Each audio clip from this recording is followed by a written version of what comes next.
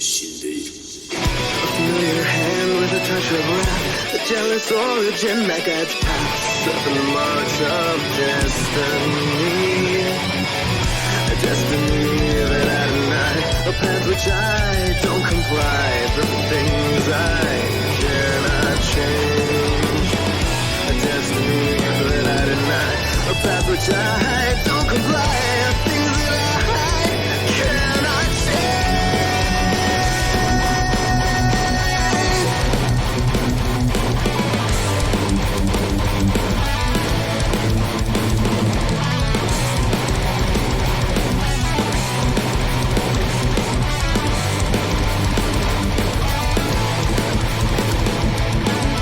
One man stand against an army of men. How do I stand against the battle within? No sympathy, please hold your tongue. I walk alone, I swear, I swear.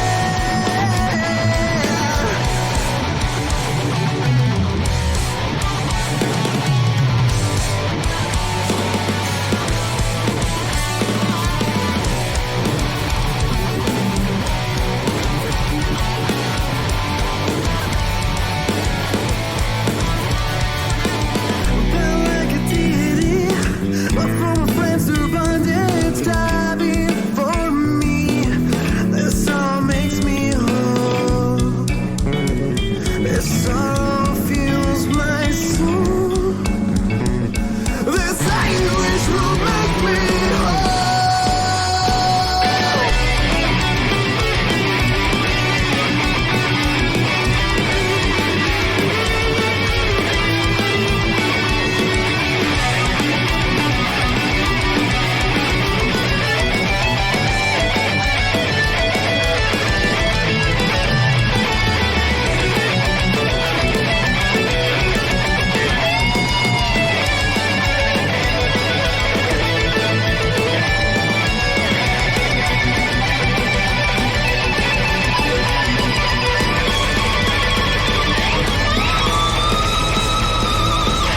One man stand against an army of men. How do I stand against the battle within? No sympathy, please hold your tongue. I walk alone, I swear, I swear. One man stand against an army of men. How do I stand against the battle within? No sympathy, please hold your tongue. I walk alone, I swear, I swear.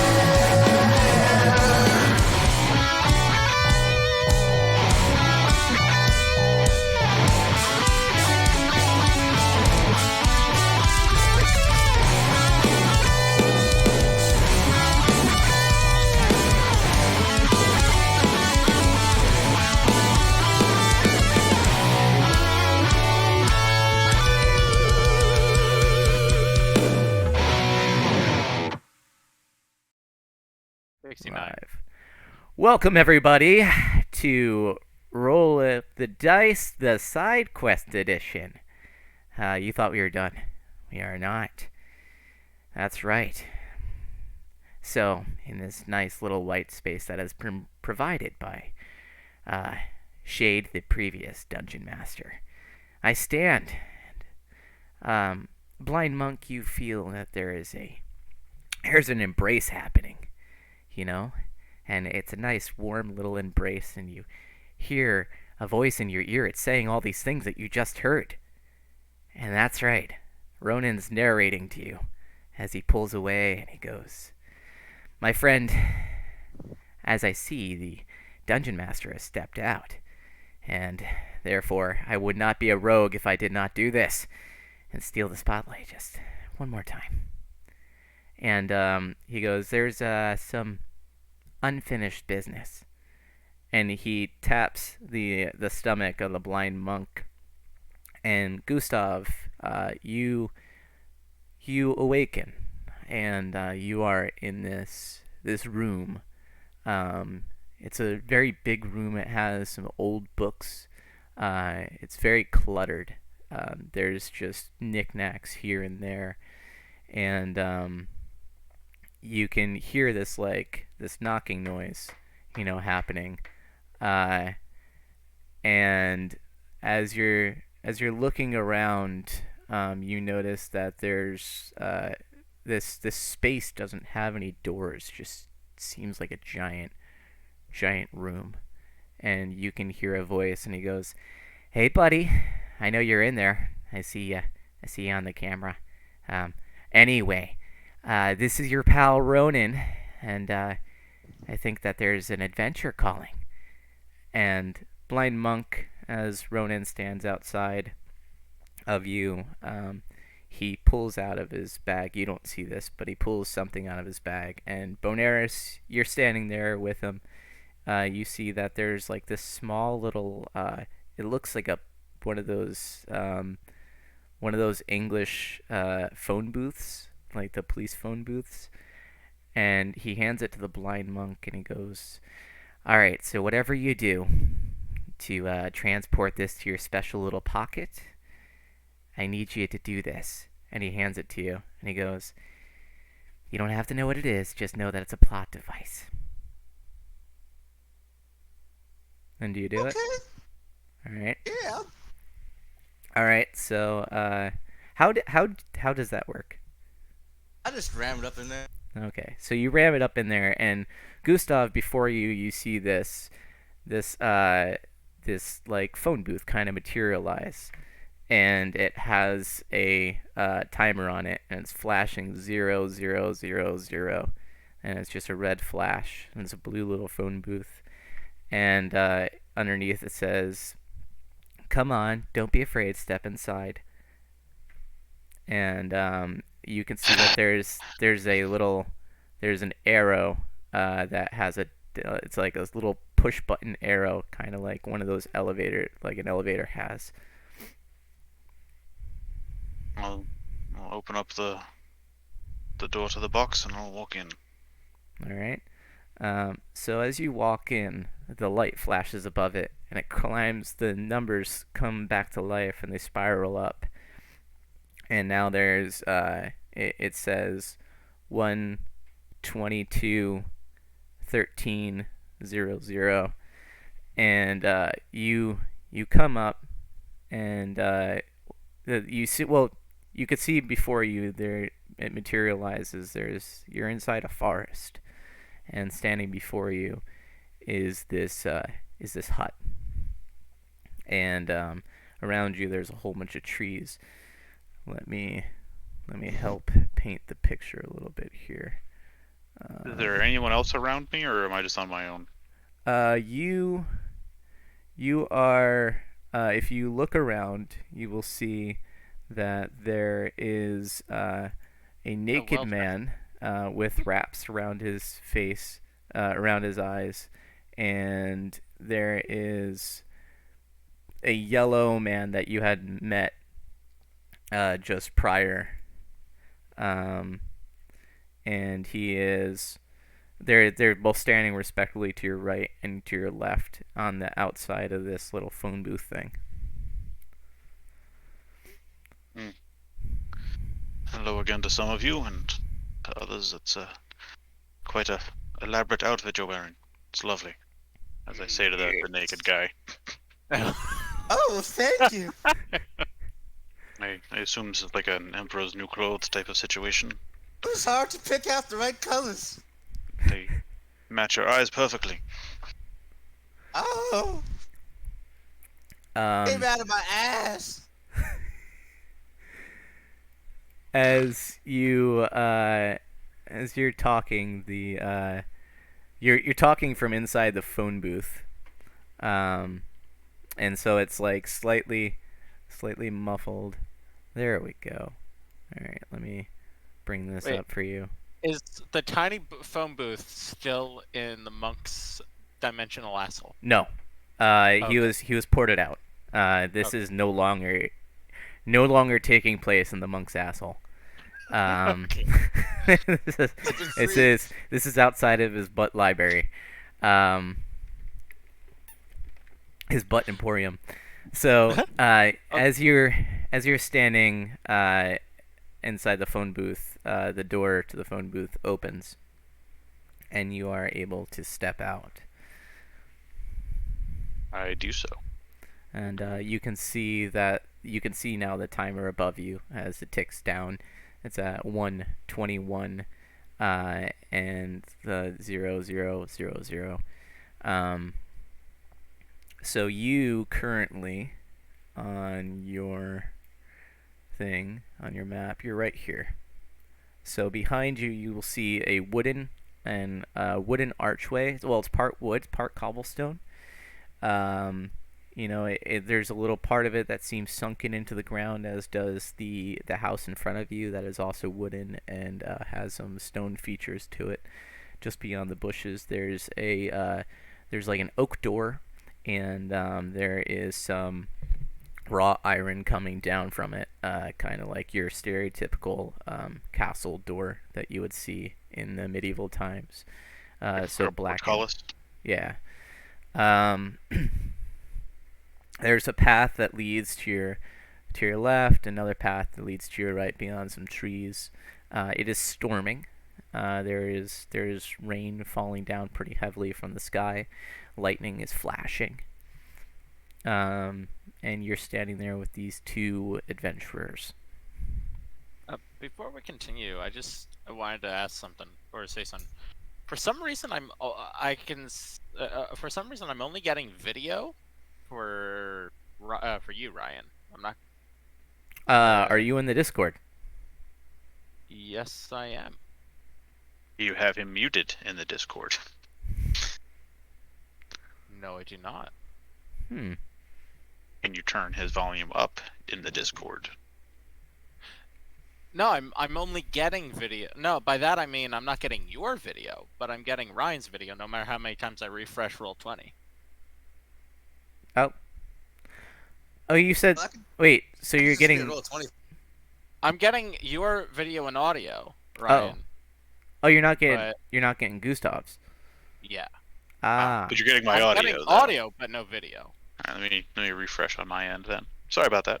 No, it's okay. I've been having internet trouble at my house like the last week or so, and my wife that works from home is on me about fixing it. So The reason maybe I I'll be able to get it done one of these days. I'm thinking it's on my end because on the stream I can see your video, but I can't see it on my end. That's why I was getting confused. I do not know then. Yeah. Well, onwards we go. Yeah. A little technical difficulty, but whatever. Yeah. Wouldn't be a session without it. Yeah. Yeah. That's true. So you two, my fairy godparents that are gonna show me the way to become a real boy or something? I can't show anything, but I'll follow. Bonari say Wafaku could make you a real boy. I think I'll pass. But Bonaris, we have met. You, this cold gentleman. I don't believe we've had the pleasure. My name is Gustav. You can call me BM. I'm the blind monk. Pleasure. So what I used to be in Rodin's crew a long time ago. How'd that work out for you? I'm pretty sure everything died. That seems to happen with most things Ronin touches, from what I can tell. Should we be heading somewhere?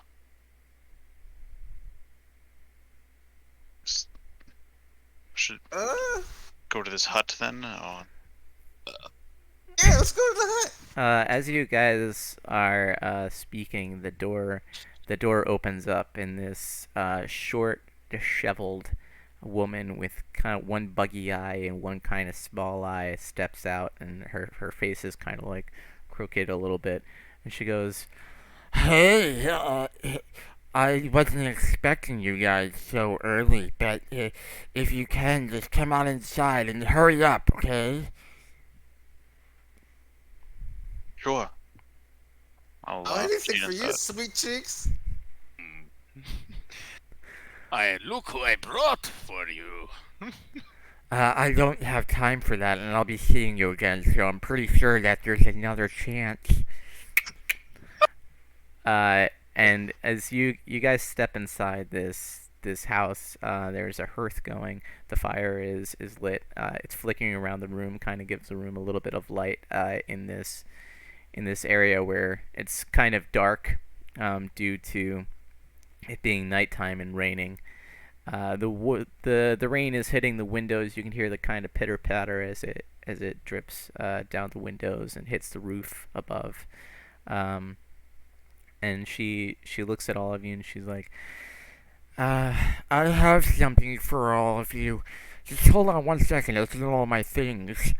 And she hobbles on over, and as she walks, like there's almost an uneven step to her walk. She hobbles over pretty quickly to this little cupboard, and she pulls out what looks like 3 metallic things. She comes back over to you, and she's like, "These are badges. They're officially made. I had predicted your coming here for quite some time." And a big thing of drool kind of drips down her chin, and it's very viscous, very thick, and it just kind of drops to the ground. She slurps it up like a noodle, and then she gives you these 3 badges.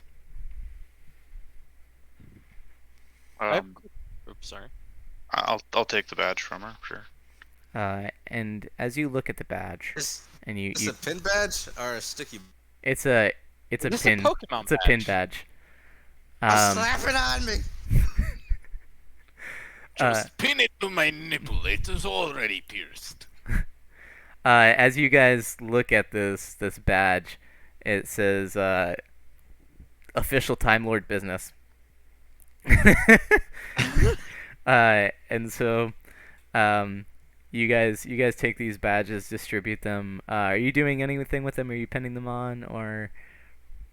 I'll pin it onto shoulder of my shirt. Someone just slap it on my forehead. I'll help him and put it through the bandages on his eyes. Oh, how kind of you! Problem. Just So much nicer than everybody else. Yes, just crouch down a little bit. I can't quite reach. So, Blind Monk, do you crouch down to allow for the bandage to be pierced? Oh, sure. He's the only one that hasn't smashed me in the head yet. When Blind Monk crouches down, the nurse Wafuku takes it as an opportunity to pass gas directly into his face.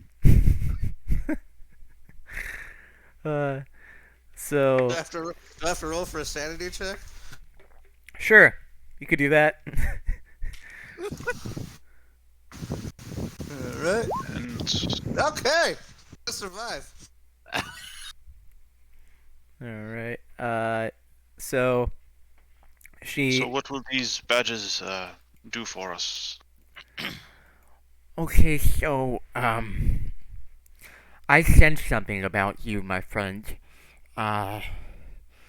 You're not from this time, right? And I knew your coming was gonna happen because, well, you're kind of here in this time right now, but you're in a different form. So you need to get out of here. But in order to do so, you have to find the right door for you to walk through. All right. There's a quest waiting for you too. You see your friends are going to be venturing through the woods and you cannot interact with them. But you need to help them. You're going to have to find the fairy and his friends named Puck. Sage, is this before you tried me? I am confused. Is this before you try make sexy time with Monk, or have you already tried?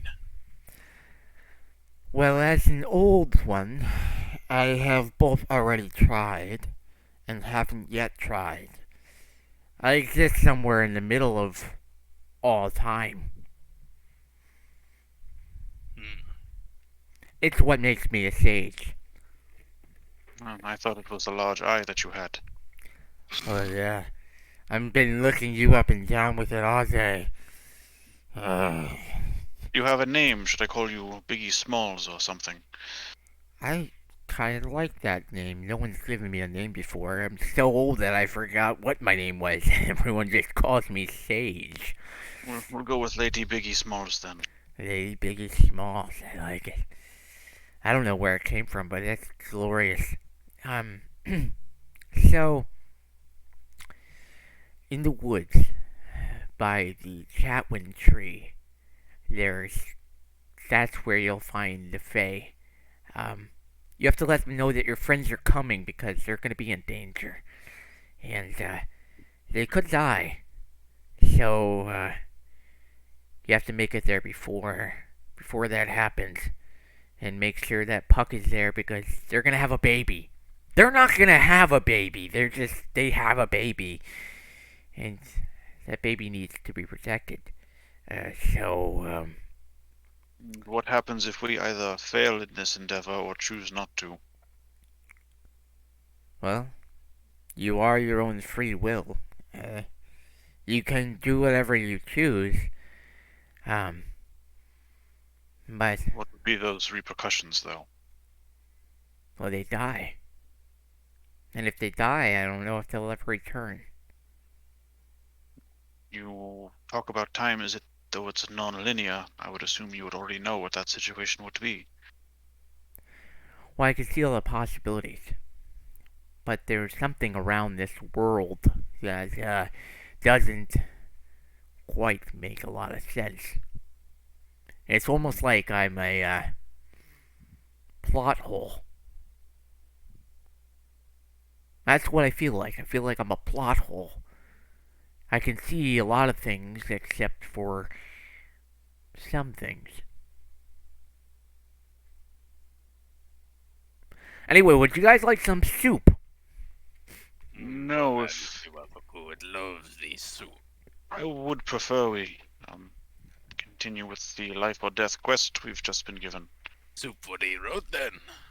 Sure. Yeah, I'll vote on that. And she walks on over and she grabs two little containers that are like they're little canteens, and she takes the soup and she takes a ladle and she puts it into the soup, and as she's ladling it in, you notice that there's an eye that falls out of the ladle, and it just kind of like falls off the canteen because the canteen isn't big enough to get it. She's like, "Oh, you don't need that. It's just it helps with the properties when it's cooking." And she puts the top on the canteen and gives it to the blind monk and guides the blind monk's hand around it. And she gives one to Bonaris, and she fills a third one, and she looks at Gustav and she's like, "Do you want this too?" No, thank you. I'm still full from the last eyeball soup I had not too long ago. All right. Or And perhaps it was long ago. I am not sure. time is Sage. past. I believe that it's been 3 days for you, but you have returned here a day out from Doomsday. Sage, I have quick recommendation for you when it comes to soup. My sister makes a very wonderful soup. Uses eyeballs too, very good for taste and texture. But may I recommend teeth? She puts teeth in her soup and it is so nice. Adds a little bit of crunch to it. If I recall, she's a little heavy-handed with the nutmeg, though. But that is the way I like it. That makes a lot of sense. So she hands you the map that you see before you that has the scrollings on it. So all those scrollings are there. If you and so you'd see this map and realize she'd whisper to you and be like, "You weren't here for this part, but that's a cheat code." Good. And how does that assist us? It gives you directions to certain places. In particular, these directions were written by a little boy named Baxter, and these lead to the secret village in the woods. If you get there, you might find a woman who could tell you how to find Puck. You see, the chat wind tree is a little bit hard to get to at times. Right. So, of these directions here in the cheat code that can bring us to the secret village, which one is it that we should be using to get to the village? You should be using the directions from I. So just go left. Am I reading that correctly? It looks like a left plus TS. Hello? Have you all been through this part already? Yes, we have. Well, then I shall be relying on your expertise to get us there. Either way, merchant man. If I recall, you were the one who is in the front by leash. Leash me up, big boy. Bonaire Swafiku puts the leash on him. I have to ask again. Is it a spike collar? It is not. So, so you guys, I will say because Bonaris is leading and Bonaris has been through these woods before, that you guys are able to follow the directions. Now, as you're leading, you're going through these woods. You notice a few things. You notice that some of the trees seem to move in a pattern that doesn't sway with the wind. They move almost freely, and that there is some buzzing noises going on from within the woods, like the sound of really fast wings. You can't. You're a dwarf, so do you have dark vision? Yeah. Yeah, and I do as well. you do as well. Okay, so Technically, I do too. you have blind vision. So you guys can see like 60 feet in front of you at all times. The rain obscures it a little bit, but as you're leading through, you notice that the ground is a bit muddy. It's like slacks as you're going along. It's like you pass by a number of trees and a number of openings. You go through these log paths. They're big giant openings, and they have it's like huge logs that are hollowed out. And as you walk through, you can feel like a thin veil that seems like you're passing through, almost like when you're going through the guild hall the first time. You know, it's that like silken invisible feeling that you pass through, and you arrive at something that looks like it's not from the same place that you went in. Like, you go on one side and it seems like the thing on the opposite end changes. And you keep on doing this. One of the times that you're going through, just before you enter this one log, as you're entering this one log, you can kind of hear footsteps behind you, and you're walking ahead through this log. Do you do anything? Well, I mean, I'll turn and look. As you turn back, you can see this figure with very long hair. It's very wet. The hair is very wet, dripping. He has like a goatee. He has a goatee on his face. He's very shaven on the sides. Very slender man. He looks in, and you notice that he has some pointed ears. He looks very much like your your compatriot Ronan, and he has some like pelts and everything around him, and he puts his hands on these two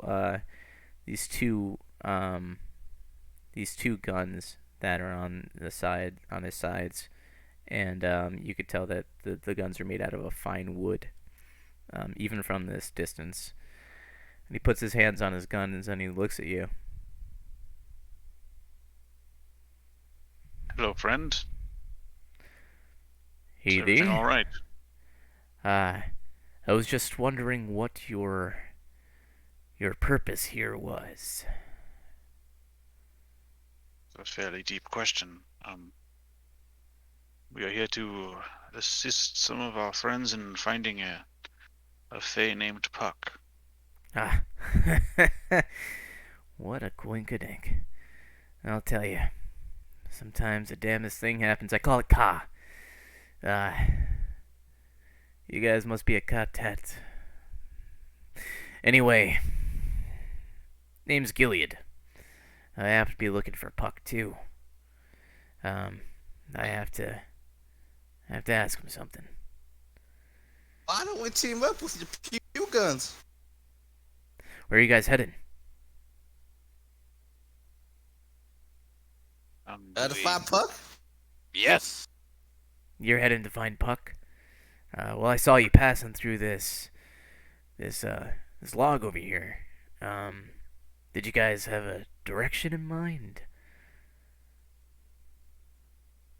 Our guide was bringing us to a village, I believe. Oh. Yes, a very secret village, from what I was told. Yeah. The information there is... Well, I know that village well. Anything in particular you're looking for in that village? Do I get the idea that we should be trusting them? Roll me insight. While this is all going on, Bonero he's forgot- also sorry. gonna look at you two, Sure. and he's gonna look at Blind Monk, and he's looking at Bonaris. While and- he's looking at Bonero Swafaku, I just wanted to say Bonero Swafaku forgot to put the pin on, so he's now taking out one of his nipple rings and replacing it with the pin. Underneath your clothes, because you do have clothes on. In the picture that you drew, his one nipple is out with the ring. Oh. Alright, so yeah, he's Nipple put... out. You gotta let it air out, otherwise. Otherwise, it Yeah. might get infected. Yeah. So the hair is kind of matted to his face, and he looks at both of you with glistening blue eyes, and he goes, "I captured both of you not too long ago. Yes, I seem to remember that. You were on a quest to the same village, were you not, or were you?" There's some weird time warp. I've heard things like this. People passing through the thinnies. Time gets a little distorted. If Well, I my fine quartet. What did you roll for insight, by the way? 24. 24. Yeah, you see that he has noble intentions. And he looks at all of you and he goes, "I feel our times are not completely linear. Times they are a changing. I've heard that once. I had a friend named Eddie who used to say that all the time. Damn good whittler." And he takes his hands off his guns and he goes, "I got two of these. I think you might find use for one of them." And he whips out a timepiece, and he tosses it over to Gustav. Sorry, he threw me a watch, you said? Yeah. Like a timepiece? Okay. Mhm. Thank you, friend. Should I know what the use for this is? I think it'll speak to you when you're ready. You'll know. All right. Sure. And then Is there he, any markings on it or anything like that? I kind of just yeah, turn through it in my there's hands, just look at it. on the back there's an like etching of wings, and it's there seems to be like this tree. It's like a tree and it has these wings that sprout off of it. Oh, so not like Wings, the TV show. Okay. I love that show. It was a good show. It was. I love the janitor. And then he goes, I believe that my quest is my own and your quest is your own. We may be looking for the same guy, but he may not be in the same place.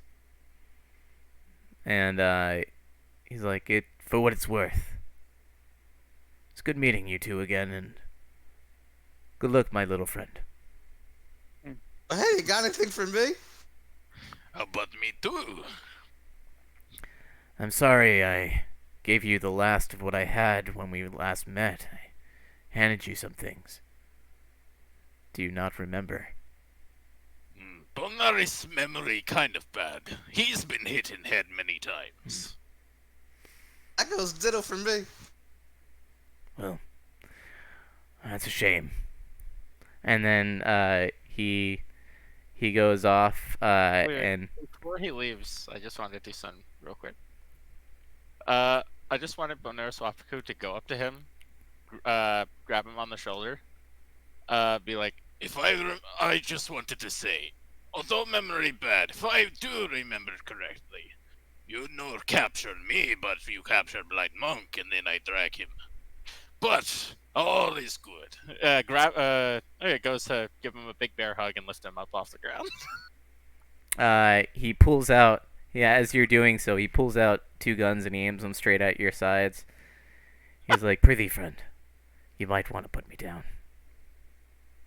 Okay, Bonaris mean no harm. This And- just I don't know if I may ever see you again. Honorable, but one must profess when they are going to grab another man in such a way. And then he twirls his guns and he puts them back in, and he looks at you and he's like, "And I did indeed capture you." And then he What the hell are winks you? and he starts to walk off in the rain, and you can hear the slish slosh of him coming out of the log and going his own separate way. And I'm guessing you guys continue forward, yeah? Mhm. Alright. So, as you continue forward, you end up in one more opening. The wind starts to blow a little bit, and before you there is another giant log, and as you guys walk through this one, you come into a town. And in this town, the rain seems to have halted. But the clouds are still in the sky. You could still see the thunder rumbling. It's a very nice town, very well put together.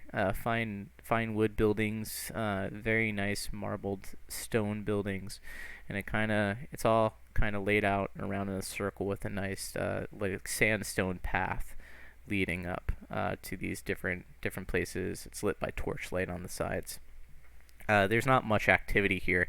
There's a big building in the center that has like a blue roof, and then off to the side there's another building that has these ornate statues on the side of it, more marble statues on the side of it.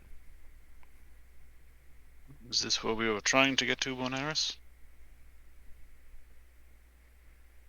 I do not remember. How about you, Blind Monk? I can't see it. Blind monk, roll me a wisdom. Roll me for wisdom. Actually, you know what? I'll actually do a wisdom roll too. if All right. that's okay. I have a +5 modifier for that. Oh, well, then, yeah, Blind Monk, you can recognize the smells of this place, and you recognize it as the village that you were in before. Okay. Yeah, this is the place.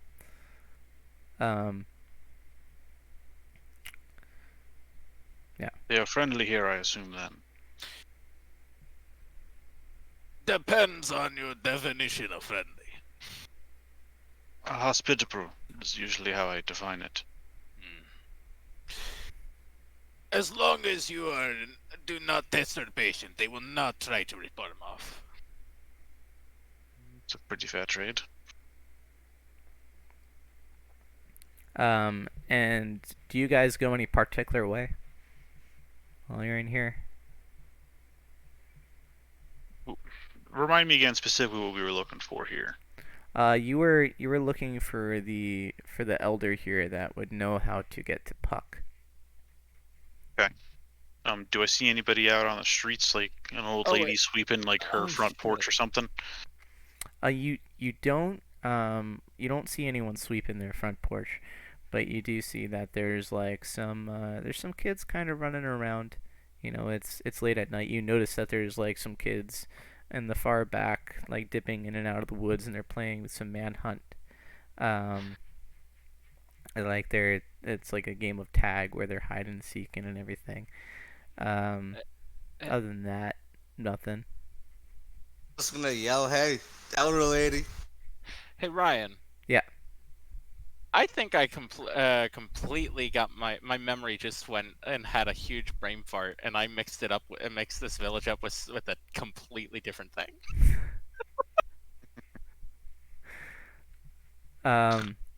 So, as Blind Monk shouts, "Hey, elder lady," there's you can hear someone go, "Ah!" and like there's a door opens to your right, and one of the houses there's like this old human woman that steps out, and she has like a little cane, and she's like, "Oh, are you? Did someone call for an elder lady?"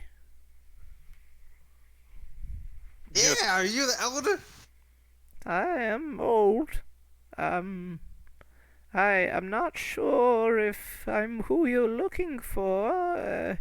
We have an elder. I'm just an elder woman. Could you direct us perhaps to the elder?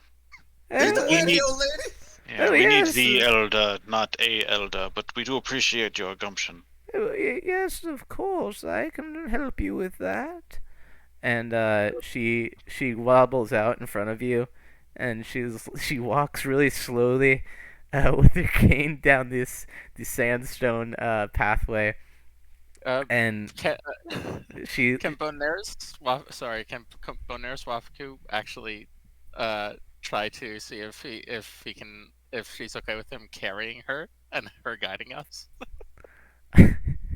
how do you want to do this? Piggyback. Piggyback? And do you ask, or do you just do it?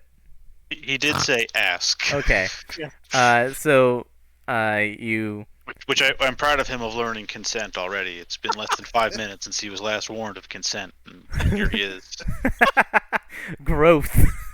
Yeah. So That's what D&D's all about, is character growth. This yeah. is magic going on right now before our eyes. It's magical.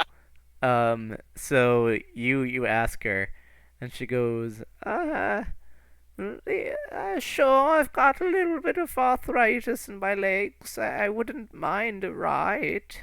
And so you pick up the old lady onto your. She like crotchetedly climbs onto your back, and she's like holding on to you, and her hands like wobbling a little bit.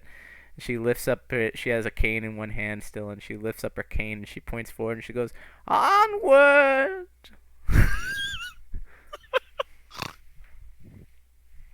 And she uses her cane now, and whenever she wants you to turn, she like taps you.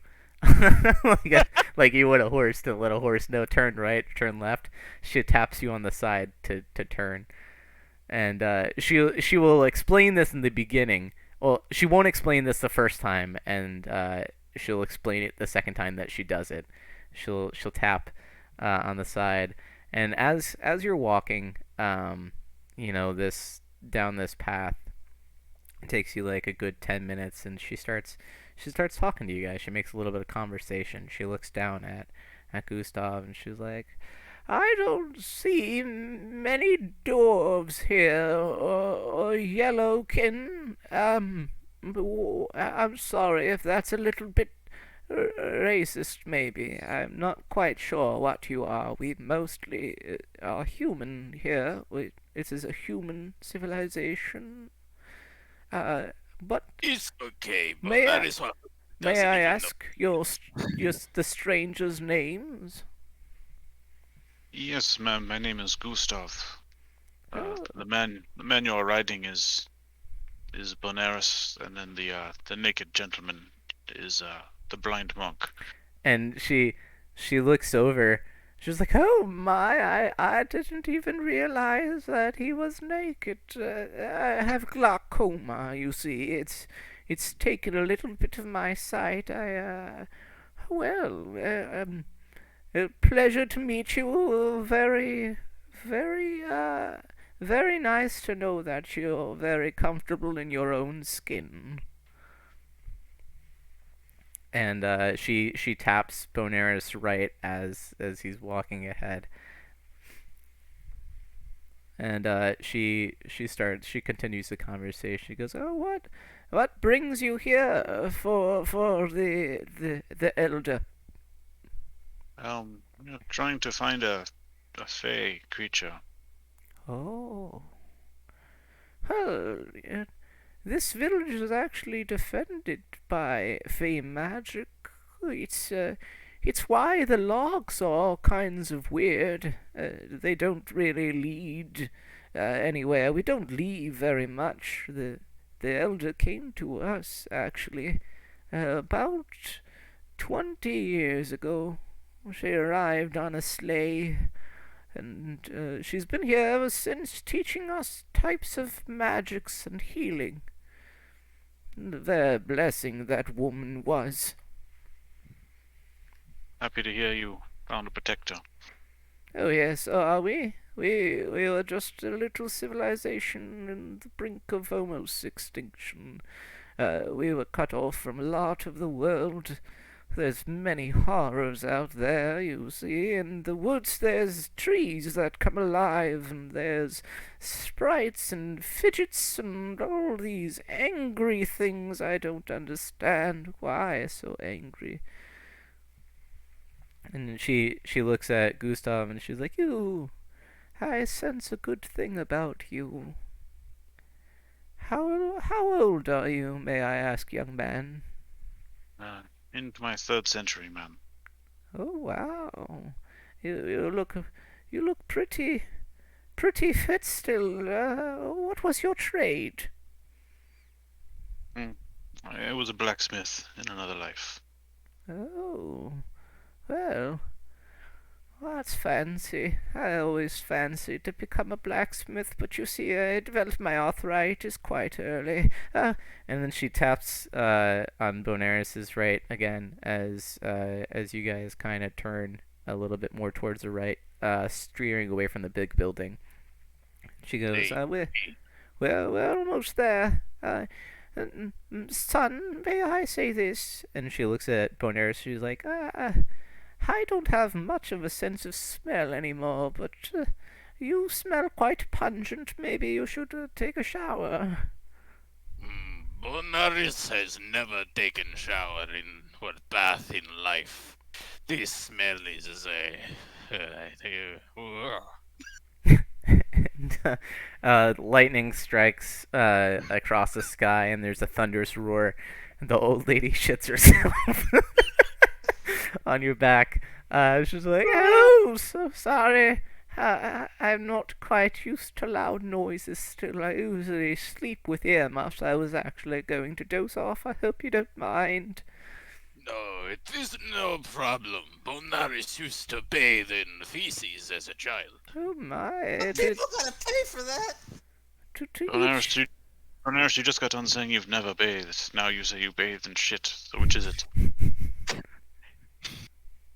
Bonaris has never cleaned himself, but it has been a custom in family to smother shit on oneself. Understood. Well, that is to each their own, I guess.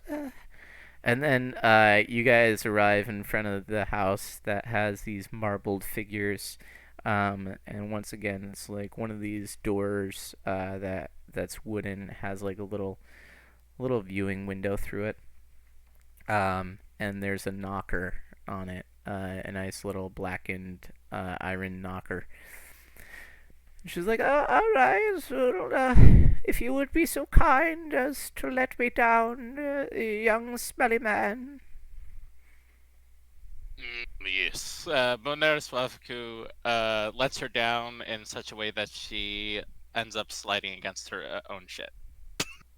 And then she hobbles down. She takes her cane. She's like, "Good luck, everyone." And she walks away. And you can see that you can see the back of her dress is indeed stained. And she's like, "I'm gonna go to bed now." And it's almost as if she's forgotten what she's done, and she's just hobbling away. And you guys are standing in front of this door. One of you want to do the pleasure of knocking? You could use Bonaris' face as knocker. It has been used like that before. I think we could just use the iron knocker that's on the door. Bonaris' face is more effective than iron. Well, let's try the knocker first, and if not, we'll do your way. Okay. I'll use the knocker to knock on the door. Alright, so you knock on the door, and almost immediately the door opens up, and she sees the two standing before her, and she goes, "Oh my, did the baby not make it?" And like her eyes get really teary. She goes, "I didn't expect you guys to come back so soon."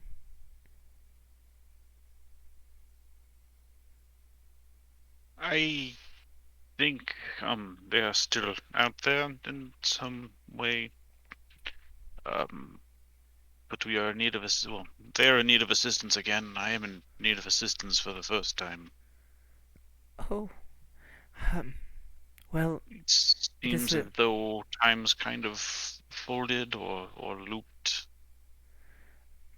yes, it happens sometimes around here. Hold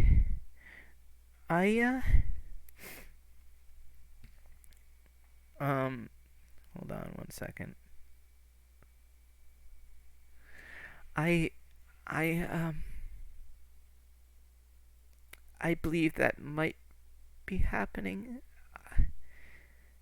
It would make sense as to why you guys are here. I have not met you before, my good elderly man. What is your name? Gustav. Hi, my name is Bethesda. If this is true, I've tasked these two with some other people that you may know. There's a blue man. I believe he was a tiefling of sorts and a robot. Yes, the Blue Man group, they call themselves, yeah. Yeah. I haven't heard them refer themselves like that before, but it would be an apt name. The robot has a couple blue things on him. They usually tell everyone they encounter that. It's surprising. Oh. I will refer to them as that next time I see them, if they shall cross again. Until then, I would assume that you guys are the extension of them. So, hi, Blue Man Group. It's a pleasure to meet you. Again. What is it that I can help you with? Are they in trouble? That's possible. We are needing to find Puck, which I believe you may have already sent the other group off. Oh, yes. Puck is usually by the Chatwin tree. There's... It's kind of hard to get through. There's quite a couple obstacles in the way. But I suppose if you were looking for a shortcut of some sort, in the far end of this village, there's a hidden tunnel that goes into the thieves guild that's hidden in the woods. Not many people know about it, and you might run into a few unsavory figures there. But it would get you to the Chatwin tree a lot faster. And I know that Puck sometimes hangs out around there.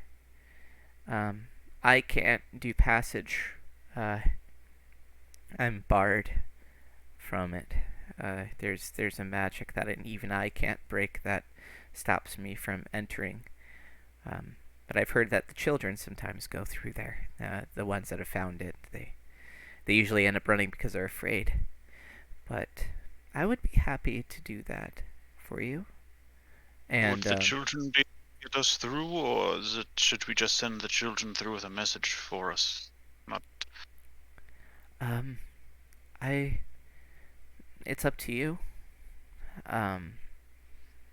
But whichever way you want to do it, you could probably ask the children. They're kind of night owls, so they're probably up. There might be a child named Hector running around. Okay. I guess my concern is that even if the children can get through and you can't get through, that we wouldn't be able to either. Am I understanding that correctly? Let's just say that I'm a special case. Understood. I came here 20 years ago. My father sent me here. Said that there was a village that needed to be looked after. And it was done in a deal with a man named Roland. I believe yeah. But have you guys ever heard of someone named Saint Nick? Not say I have. Okay. All right. Well, anyway, You know Roland, though. Roland? You know Roland? He's Yeah. he's an elderly, angry little dwarven man. He used to work for my father. Going around and stopping things that were happening badly in the time continuum, to make sure that at least every December when things roll around, it's nice. But I digress. The most important thing is that you guys help save my boy. And if that's what you're here for, then just, if you can, find Hector. And she looks at all of you, and she's a very, very pretty woman. Like pale complexion, but she has like kind of very greenish eyes, very like radiant emerald green kind of eyes, and that have like a twinkle in them. And her cheeks are kind of rosy. She's wearing red and white, and she takes some fruit from this bowl that's sitting on her thing. She's like, do you guys want some fruit for the road? Sure, I would like that. Okay. And she gives it to you guys, and then she's like, if you go to the far left corner, I know Hector usually plays Manhunt around there. He sometimes comes over to this side, and I can catch him hiding behind my house. But he's a sweet boy. He's just a little mischievous sometimes. They often are. What'd you say? Me? Yeah. I said they often are. Oh. And then she sees if you guys want some water. She's like, do you guys want a drink of water? You look like you're a little parched. Sure.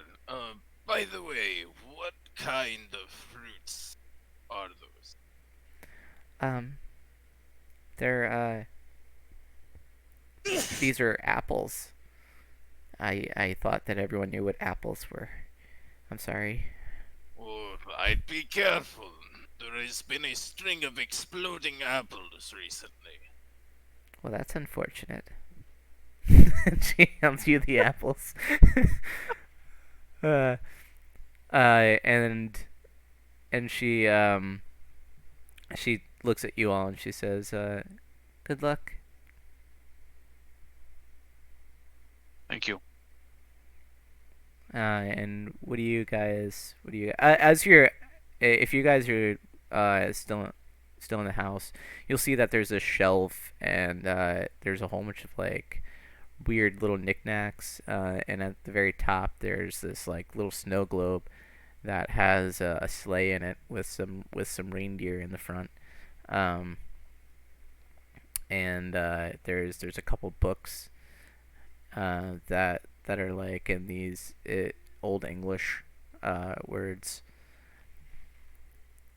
Not even in a stealing mood. I'm gonna start grabbing shit and shoving it in my special pocket. Alright, roll me stealth. Bonaire Swapku will try to distract. 17. Nice. Okay. You do that. What did he roll for his stealth? 17. My passive perception is 19. Oh. So Gustav notices that you're stealing stuff. But I wanted to have Bonaire Swapku try and be a distraction. Are you now? This is before Gustav said that he was paying attention, but it's also his passive. So, were you trying to distract Bethesda, or are you trying to distract Gustav, or are you trying to distract everyone? Everyone. So, roll me As soon as performance. Okay. Ah, not one. That one. Oh man. Instead of doing so, you actually point everyone towards what's going on. Like you try to do. What are you trying to do to distract? First off.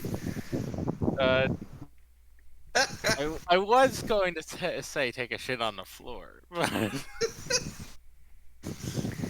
All right, so you go to pull down your pants, and I believe that you have like a onesie thing. So the strap kind of gets caught on your arm, and then it gets kind of tangled around your legs, and you fall over into the blind monk who's trying to pocket everything into his butt.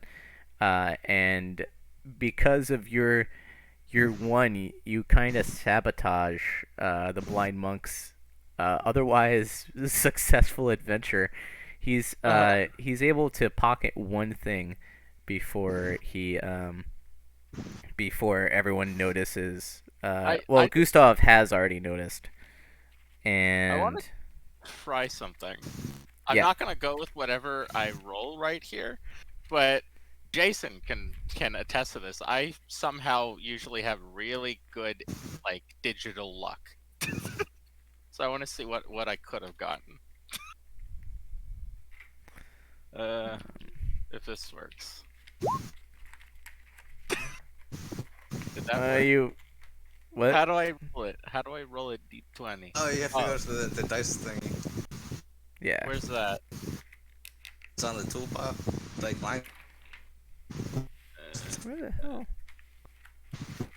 Thing. Okay, I see the slash roll 1d20. How do I do that? Not quite sure.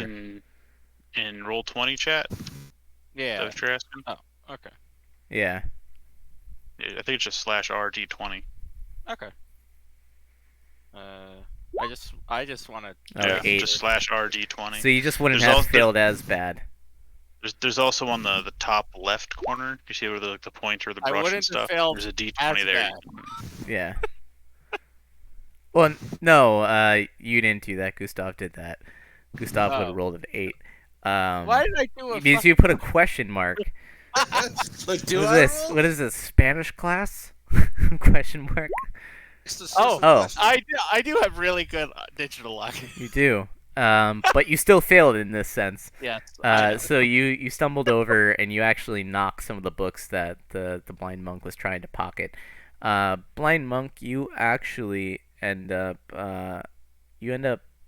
what things were you reaching for? Just anything and everything? Yeah, just Okay. So you actually end up pocketing like a coaster. You know, it's just a coaster, but you can't tell what it is. It's a little metal coaster that you end up putting in your bumhole. it's my precious. I'm wondering, did Bonaris Wafaku slip so badly that his head fell into the monk's asshole? No, Okay. you just like stumbled into the shelf, and Bethesda looks at both of you and says, "I don't understand, why you would do that. I offered you my hospitality, and you instead start stealing from me." Probably because they're pieces of shit, but here we are. I agree with you. And so she looks at Gustav and she's like, you know what? For your ability to notice and for being honorable, I feel like I should offer you something. And she reaches into her apron and she pulls out like this candy cane, and she's like, "This isn't what it looks like.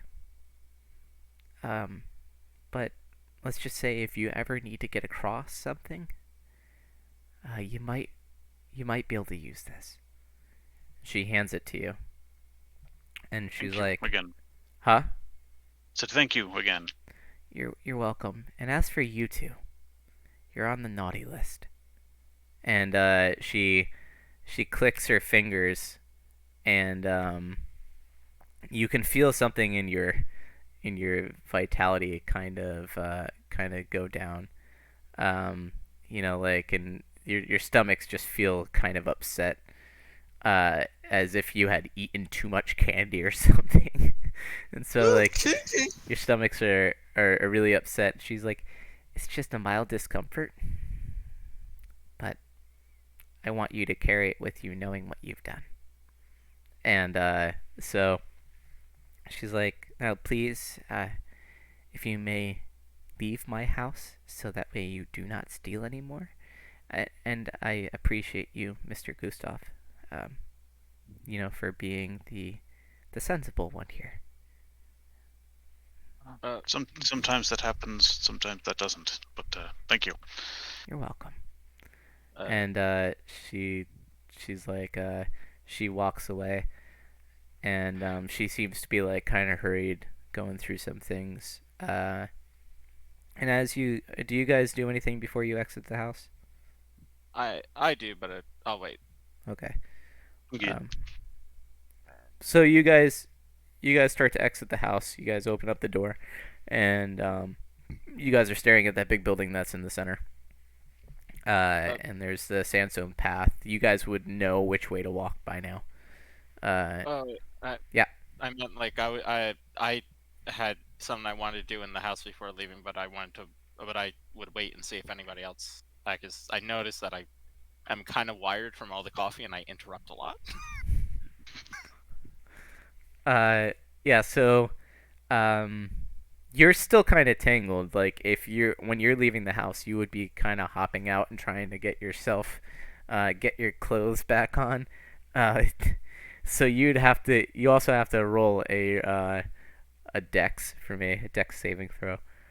All right.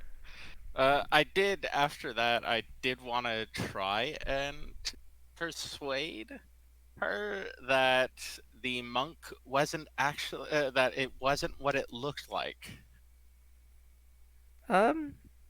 She's begun walking away. The door is opened.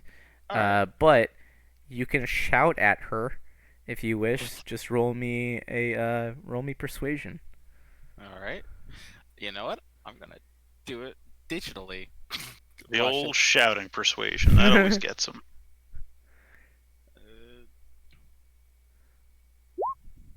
11. All right. So Wait, you wait, I forgot. I have to add my modifiers. So 11 plus 8. That would be 19. and since you No, have sorry. 10.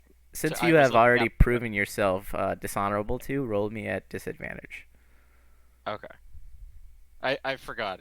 I was looking at perception, not persuasion. The perception is plus 10. You know what? I'm just gonna copy paste that command. Uh, paste. It just says rolling d20. You're just copying and pasted rolling d20. It's yeah. You want to copy. You just want to do /r d20. Okay. There's also in the top left corner, like the map. You see where there's like the pointer, the paintbrush. And then you'll see a d20 under above the question mark.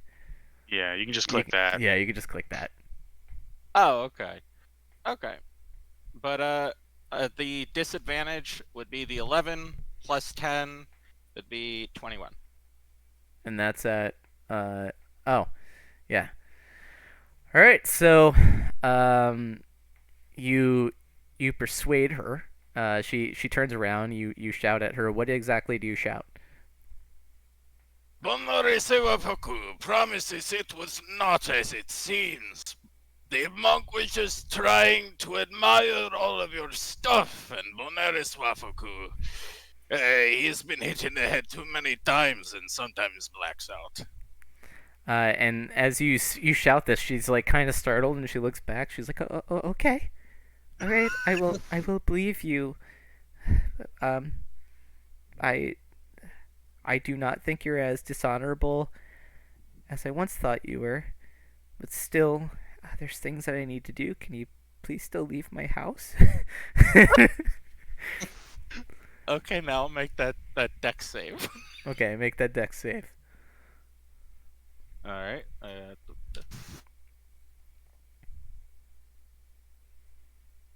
Why did I do that? What'd you do? What? 13. What the fuck am I typing? Just use the d20 thing above the question mark. Okay, above the question mark. Mm-hmm. Oh, you mean this?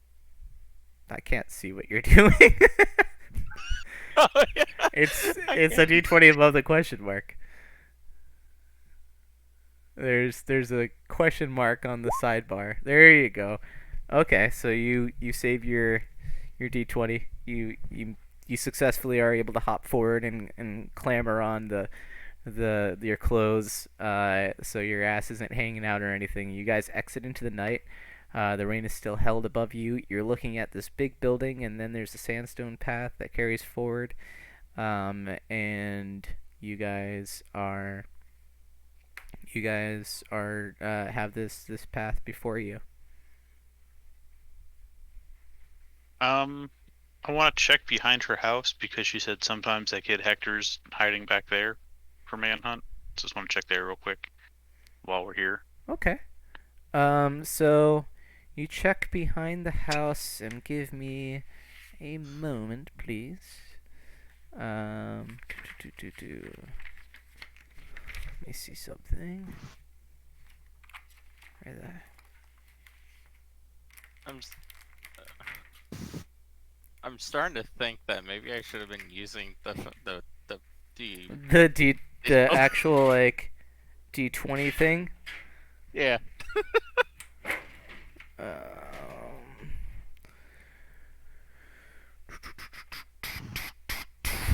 Bear with me one moment.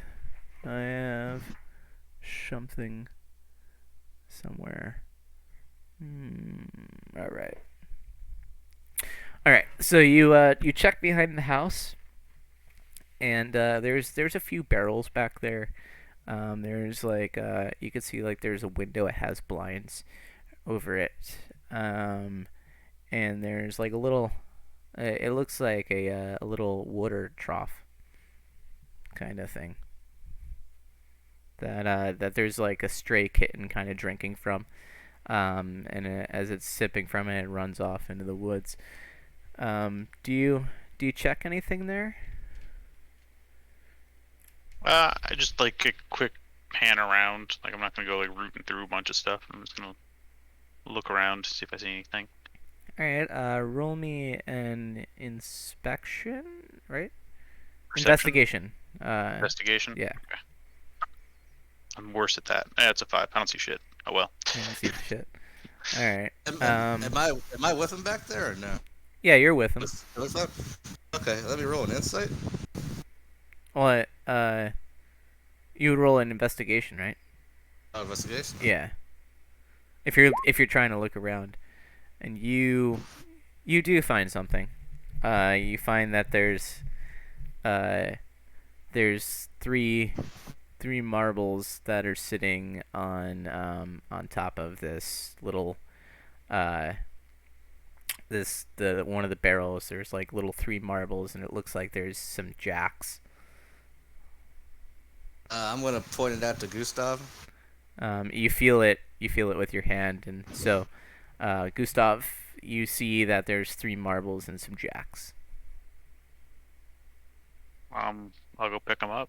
All right. So you pick up some marbles and some jacks. And I'll just kind of stay out into the nothing. Like, hey Hector, you around? And you don't hear anything. You can hear like the cat that had just gone meowing like a little bit in the woods, like meow, meow. This is wandering. I guess we make our way to the end of the town then, guys. That you guys think will work? That would work with me. All right, and Sounds good. as you guys head back onto the sandstone path, and you guys are heading up, and to your left, you notice the elderly woman that you that had gone in, that had ridden on your back is still walking to her house. She's a little bit further along, but not by much. It would take you guys like a good 2 minutes to catch up to her. She's walking at her little slow pace. And you can see the kids in the back. There's this one kid that's like kind of up against a wall, and he's sitting, and there's a little tree near him, and he's just sitting kind of against the wall. And there's someone else that's patrolling.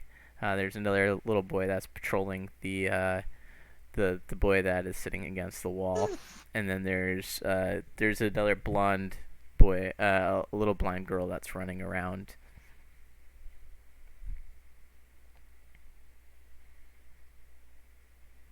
Excuse me, kids. Do any of you know a Hector? That's our commander. Oh. Is he nearby? He should be in the trees. Shh! Do not tell anyone.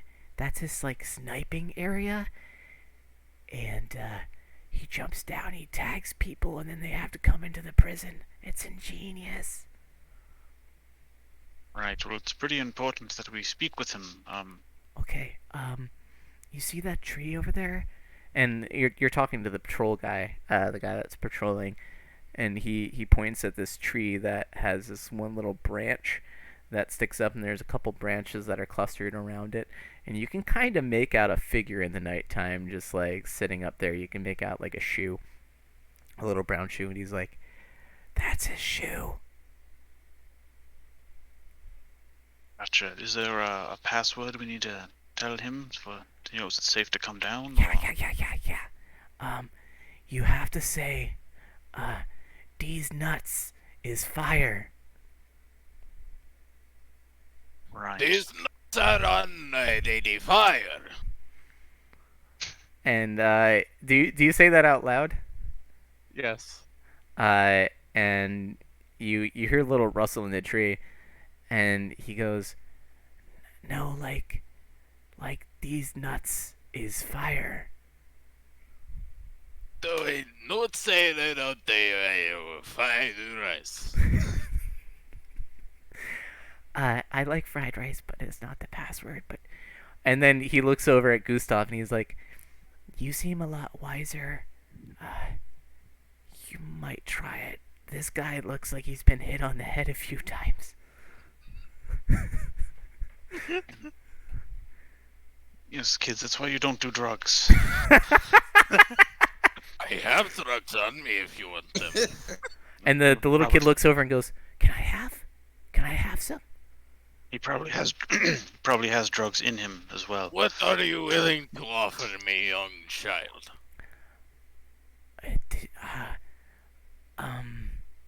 If you give me drugs, I'll set this little kid free that I'm guarding. I'll just not look.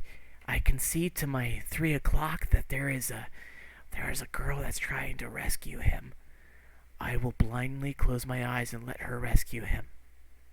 If you give me drugs. Is there anything else you are also willing to offer? How much do blind No, man, I'm a kid. Are you trying to proposition me or something? Fuck you. And he kicks Bonaris in the shin. He's like, "Fuck off, weirdo." Okay. You want the drugs, and you are willing to set other child man boys free. Yes. Bonaris Papaku will give you drugs, but first you must set the boy free. That's not how deals work. That's how all of my deals have worked. Well, whoever strikes I deals with you is a always- dumbass. I am a very tactical little boy, and I know what the hell I'm doing. And I'm gonna set your world on fire, buddy. And then he goes in his pockets and he pulls out these two things and he clicks them together and they light on fire. He's like, "I'm gonna burn you. I'm gonna fucking burn you. Don't make me. I'm gonna fucking burn you, man. I'm the warmonger. They call me the fucking warmonger." Bonaris dangles the drugs. He goes, okay, and he clicks the things together and the fire goes out. He's like, "See, that's how negotiations are done." He reaches out his hand. He's like, "Give me the drugs."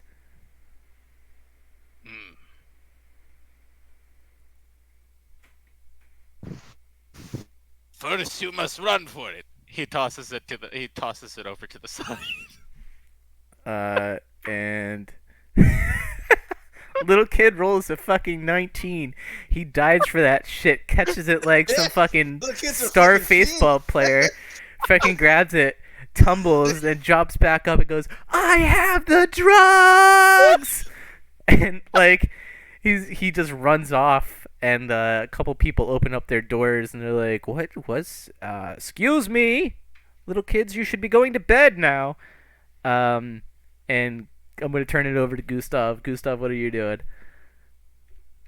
We're looking for a child named Hector. He's supposed to help us through a tunnel. We're trying to find a gentleman named Puck. And the kid that was in prison kind of gets up, and he goes, "That dude's scary. I wouldn't do it. By the way, hi, my name is Hector. You like my shoe trick? People often think there's a guy up there. They go to rescue me. They don't realize that I'm not on their team. And then I get them, and they come into the prison. Tactical. You know what I'm saying? You gotta be tactical, but still, I need you to say the secret phrase." I don't think I'm feeling comfortable saying that to a child. Did you leave these Jackson marbles in someone's backyard? Wait, you have my Jackson marbles? Yeah, here you go, kid. Oh, thank you. And then he grabs them. He's like, "Man, I've been looking for these. My mom's gave these to me, man. This is pretty dope. Thank you. Okay. What were you looking for?" There's apparently a secret tunnel. Oh yeah, that shit's fire, man. Yeah, okay, so, you gotta do some crazy acrobatics. So you see that big building over there? Yes, I do. Okay. Well, you gotta climb to the top of it. And there's this tree that's across the way. One of its branches comes straight out. It's and if you get on top of that building, you just jump over to it. You grasp onto the branch, and you climb down that tree. There's a little passageway right by the root. Um, and you just gotta squeeze on in there. Because there's yeah, it's kind of crazy, man. There's a lot of tree clusters that grow around it. I found that you can't get to it without it. Without that tree. I tried getting into those woods so many times. I don't know how the cat does it. He's like, but yeah, if you want to get to that passageway, that's how you do it, man. Is there any way you can lead us once we're in that passage to where we're trying to get to? Ah, you don't need my help there, man. It's just straightforward. It gets Okay. it gets a little scary. The passageway divides off into two. If you go your left passageway, there's a couple kids that are just playing with some dice usually in there. They're the older kids in town. But if you go right, that's the path that you want. That's usually guarded by some weird people. They're a little scary. So you might want to sneak past them. But if you keep on going, the path continues. It's just behind. There's like a little bar kind of set up, and you just go behind the bar. You'll see a blue book. Just uh, you have to tap the blue book, and then it'll open up a little passageway. It's cool. This all seems fairly convoluted. Are you being honest? Yeah, yeah. I mean, I've done it. It took a couple times, but it's been pretty fun. So you're just gonna want to shimmy up the pipe that's on the side. Whenever it rains here, sometimes it does, but it's very rare. Whenever it rains here, the water filters through the pipe and comes down, and it helps supply us with some water. But if you climb up that pipe, you can get to the top. All right. Well, thank you for your help. No problem, man. Thanks for my jacks, dude, and the drugs. Yes. Dope. Anyway, Hector, nice meeting you, dude. I'm gonna try to trade a coaster I got for drugs. So you phase the coaster into your hand, and roll me persuasion. Oh, boy. So you hand it to the kid. What are you trying to say? I was supposed to not trade you this for the drugs. And he goes, that is a coaster, my dude. No, I'm pretty good with the drugs. And he's like, I don't even know what drugs they are, but that's a coaster, my dude. And It's he's my like, precious. but have fun. And he runs off, and you guys are kind of left by this one little house, and you're not too far from the big building he was talking about. Letting off into the big building. All right, so you guys scout the outside, and sure enough, you shit, do. I just realized I was muted this whole time. Fuck. How frail is that old lady, by the way? She's pretty freaking She's- frail. So if I were to try to launch her to her house, I'd kill her, right? Yeah, you'd probably break every bone in her body. Okay. Yeah. I was hoping to try and try and interact with that kid before he ran off, but it might be too late now. Yeah, he's ran off. So you I guys want- are at this big building, and there's like this pipe that's going up the side, just like he said. It's like bracketed on, and it leads all the way up to the roof. Mm. We'll have to do it to it. All right. I want to feed my pet rock real quick. You don't have your pet rock. Oh, I don't. You do not have your pet rock. All right. So everyone, roll me athletics. Are you guys all trying to climb this individually, by the way? Yeah. Okay. Yeah. So everyone, roll me athletics. I don't make it. All right. 17, I 13. going to see that he doesn't make it, and since I'm a monk, I have short athletics, so I'm gonna grab him and flip him up with me. My athletics is +1, so it would be a 14. 14. How do I actually add my modifiers on roll? Type it in when you do the slash roll. Yeah. Oh, okay. So I would just do a +20? Or Yeah, not you +20, a +1? so /r space d20 +1. Oh, okay. Alright. Mine's 17 plus 4 is 20. All right. Mine's 4 minus 1, 3. All right. So blind monk, you're able to scale up. What are you saying that you're gonna do? Because you see that the dwarf is not able to do it. I feel him slipping. All right. Okay, and I'm gonna grab him and throw him up with me. Just roll me a strength check. Monk. All right. Cool. Gustav, as you're trying to climb up, you like kind of start slipping down, and the blind monk kind of feels the vibrations in the thing of you slipping and reaches his hand down and grabs you, and he pulls you up with him as he scoots up with one hand up this pole. And you guys are now on top of this like shingled roof. And as you guys are looking around into the night, you do notice that there is a branch, but the branch is probably about 10 feet away, and it's a big thick branch, and it comes out, and it looks like it'd be pretty damn sturdy. There's a couple other branches that are kind of close, but none as close as this one from the forest behind. You two want to go first? I might need the assistance again. Yeah, sure. Monk powers activate. Did you But say jump there's onto the branch? brambles? There is not brambles. It's just okay, it's a sorry. branch. It's a Okay, thick, I sturdy misheard. branch. So if you guys can just roll me acrobatics. Alright. I'm actually gonna roll with the dice this time. All right, cool.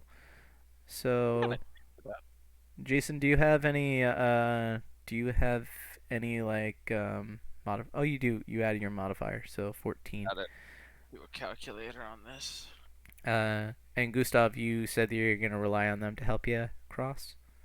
Yeah, I still rolled anyway. Okay. But yeah, Alright. that's the idea. Is like What did you roll? 15. 15. Oh, so actually, you rolled better than the blind monk. And Bonaris, what did you roll? I'm glad I went with the dice this time because I got a 19 with my modifier of 8, 27. So almost gracefully, like a fucking trained gymnast, the Bonaris like kind of stretches a little bit, and then darts across and like gracefully flies through the air, and it's almost like slow motion, and his big burly yellow arms grab onto this branch and pull himself up, and it's like a swift, smooth pull, and then he just like lands on his feet, and he's the first one over.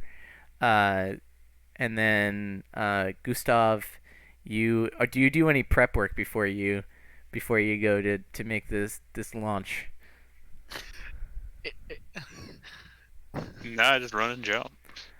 So you run and jump, and there's the little candy cane that you had in your pocket. It seems to like it there the top of it comes off, and it seems to grow and extends out and wraps around this like branch, and it pulls you forward to it, kind of like a grappling hook, and you gracefully kind of come up, and you are now on the branch as well with Bonaris, and then you guys see the blind monk, and the blind monk.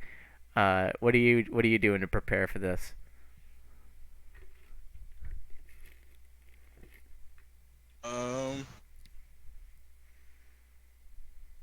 take out my precious and rub it.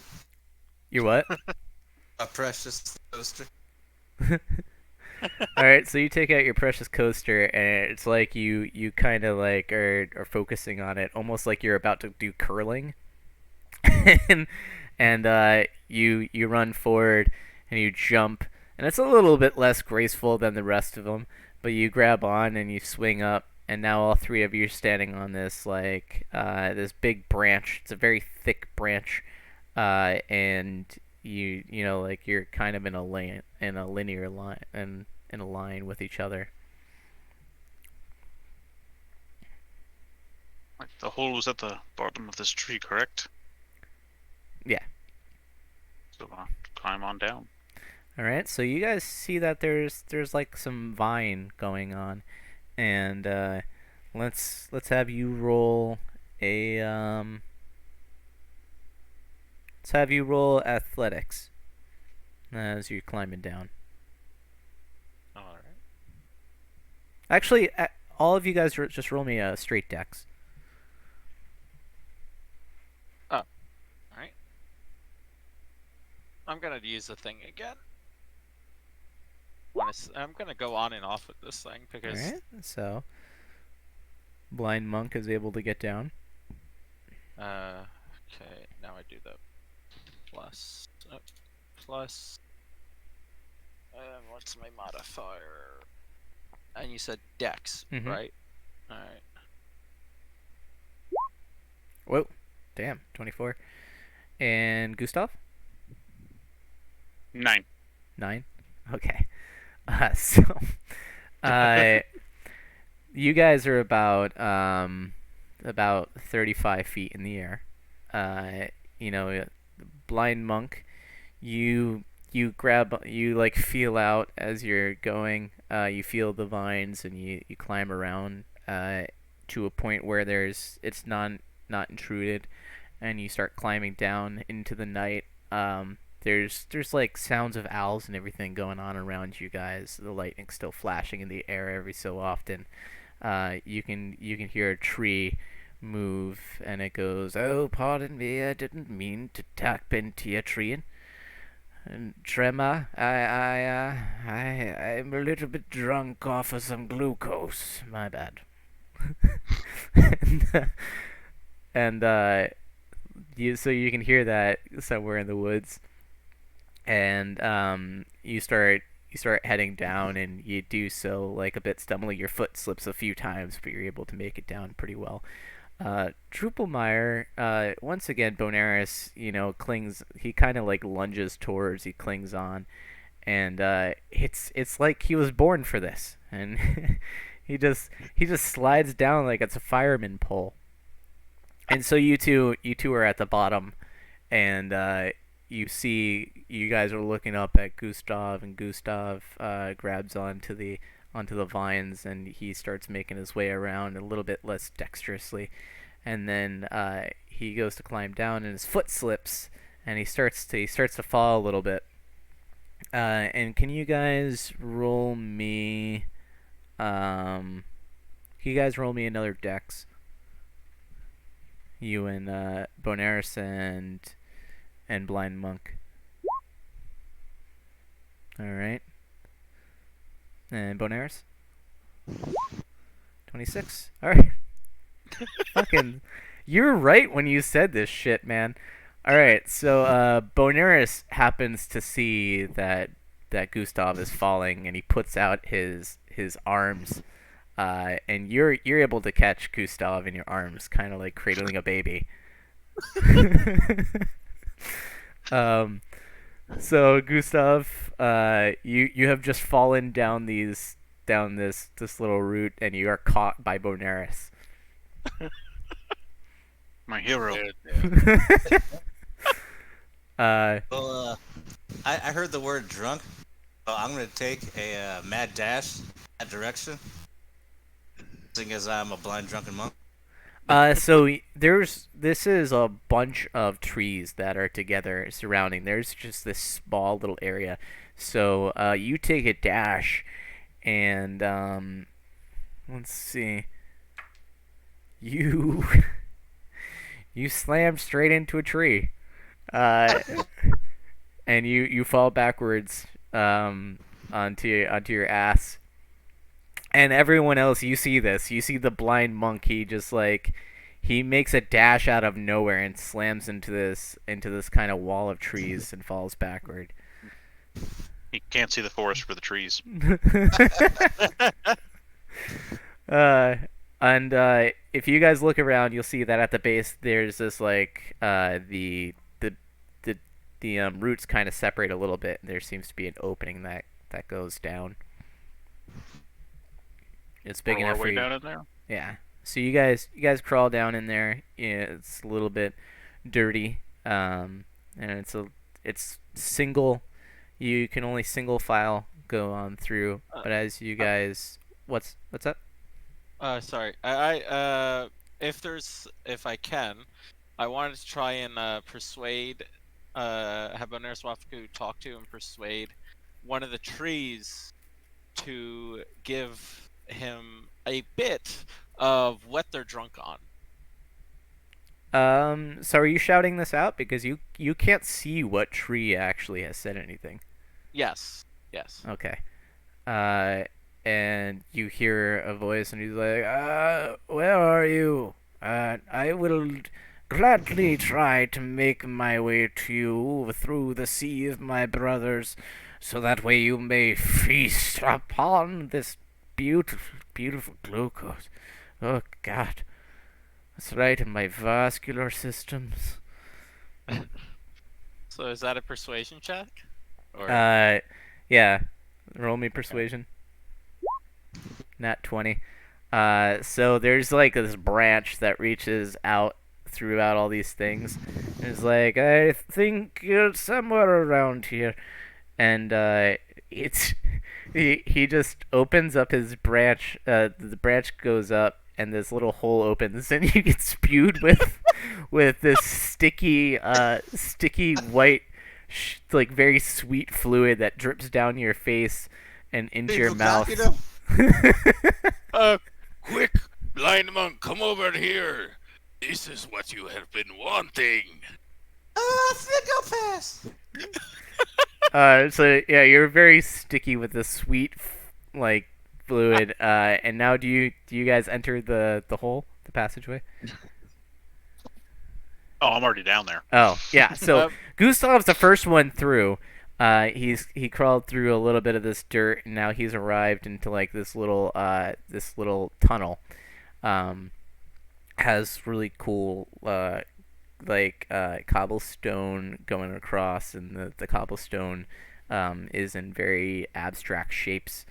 And as you walk along, you see ahead of you that the path splits in two, one left and one right. I remember they told me to stick right. Yeah. I'll stick right. All right. Fine. So you start going right, and you notice that there's no footsteps sounding behind you. I assume they'll catch up. Okay. So you go forward, and as you go forward, you come into this room, and there is these two. You can hear voices talking, and there's some clinking going on, and you can hear, "Huge motherfucking bitches," and you can hear another one. He's like, "Man, that's some fuck shit, man. You can't just throw down a fucking ace when I know that you didn't have one before. You're a fucking asshole, Asgard." And he's like, "Yeah, but you know how it is, dude. You know how it is." He's like, I do what I do, and I do it.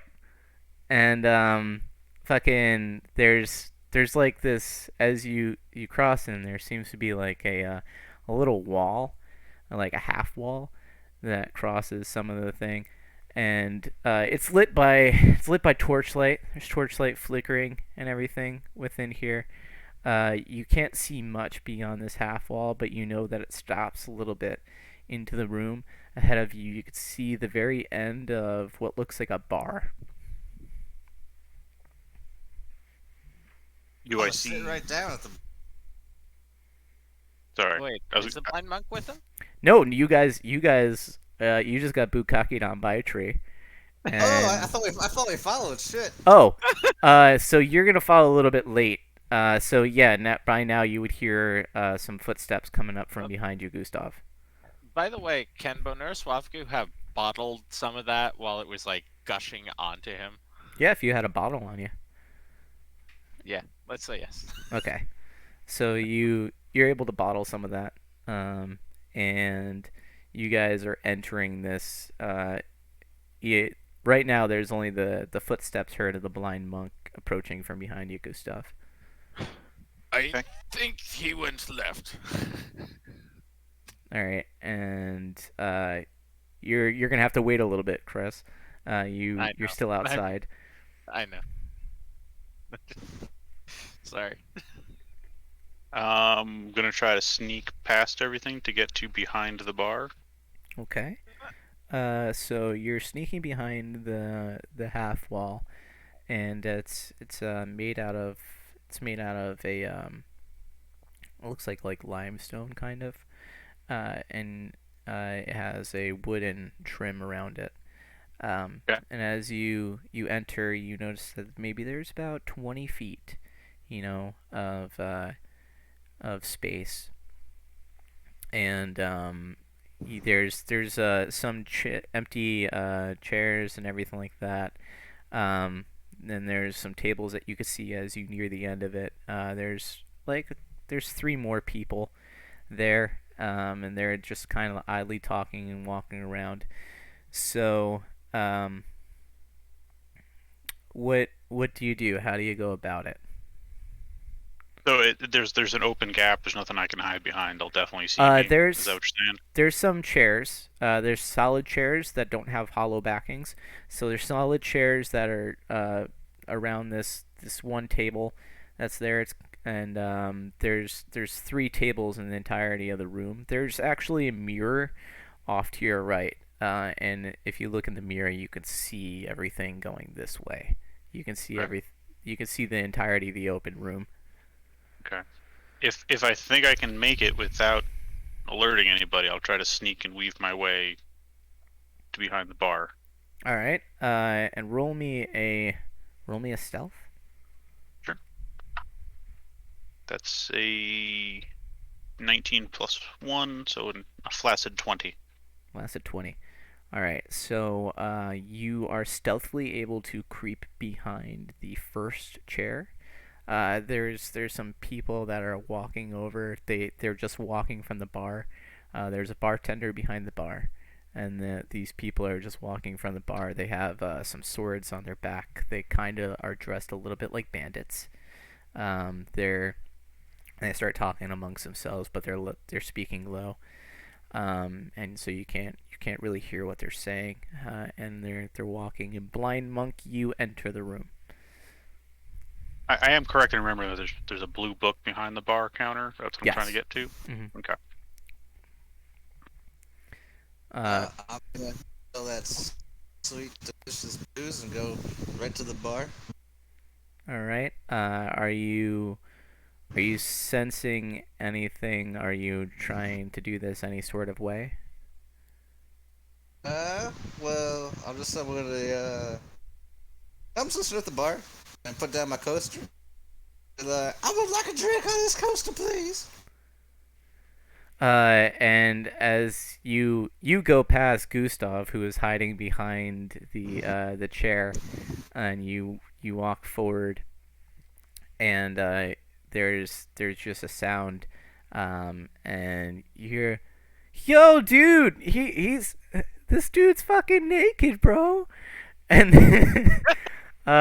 you hear this voice start to approach you, and he's like, "What the fuck are you doing here, man?" And someone else approaches, and he's behind him. He's like, "Yeah, fuck cards. I'm not gonna do cards. I'm gonna question this guy right here." And he pokes the blind monk in the ear, and fucking one sits to your right, and one sits to your left, and they're like, the one to your right goes, "Do you see out of that?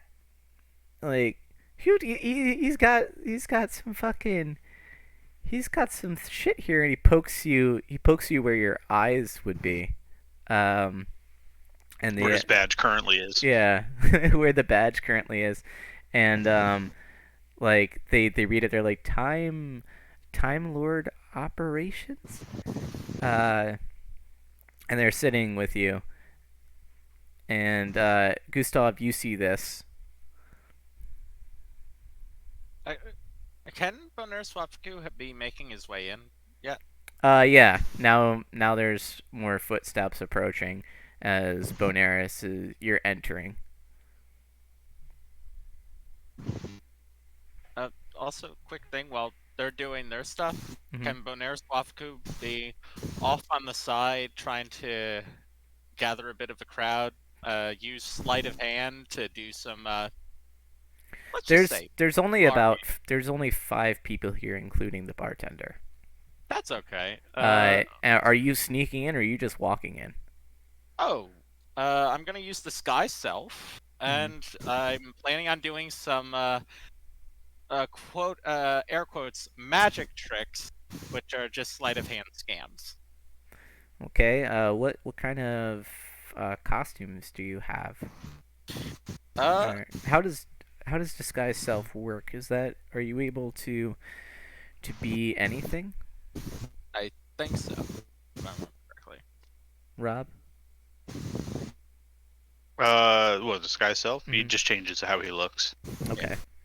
It's an illusion, so they can, if they spend any like real time looking at him, they can figure out that it's not actually real.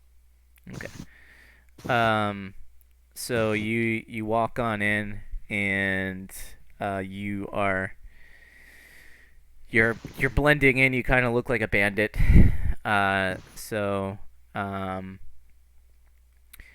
You're taking in everything. Blind monk, these 2 gentlemen that are on the sides of you, they're like, I see you don't have a bracelet, dude. So like, why don't you have a bracelet? I'm a time cop or something. Give me a drink. Sorry, my friend. And the one to your right goes, "Yeah, sorry, friend." And he whips out a dagger, and he puts it towards your throat, and he's like, "This seems like not your place." I stand up and I cast Calm Emotions. You cast what? Calm Emotions. Calm emotions. And what does that do? Calms emotions. It's aptly named. Yeah. You attempt to suppress strong emotions in a group of people, each humanoid in a 20-foot radius sphere centered on a point you choose. Make a charisma save, yada yada yada. I can suppress any effect causing them to be charmed or frightened. I can make them indifferent about creatures of my choice that they are currently hostile towards. Okay. So then, I'm just trying to make them not give a shit that we're here. Be like, hey man, we're just here to like check out this book real quick. All right. That's my main plan. So everyone, because they're almost all in the same place.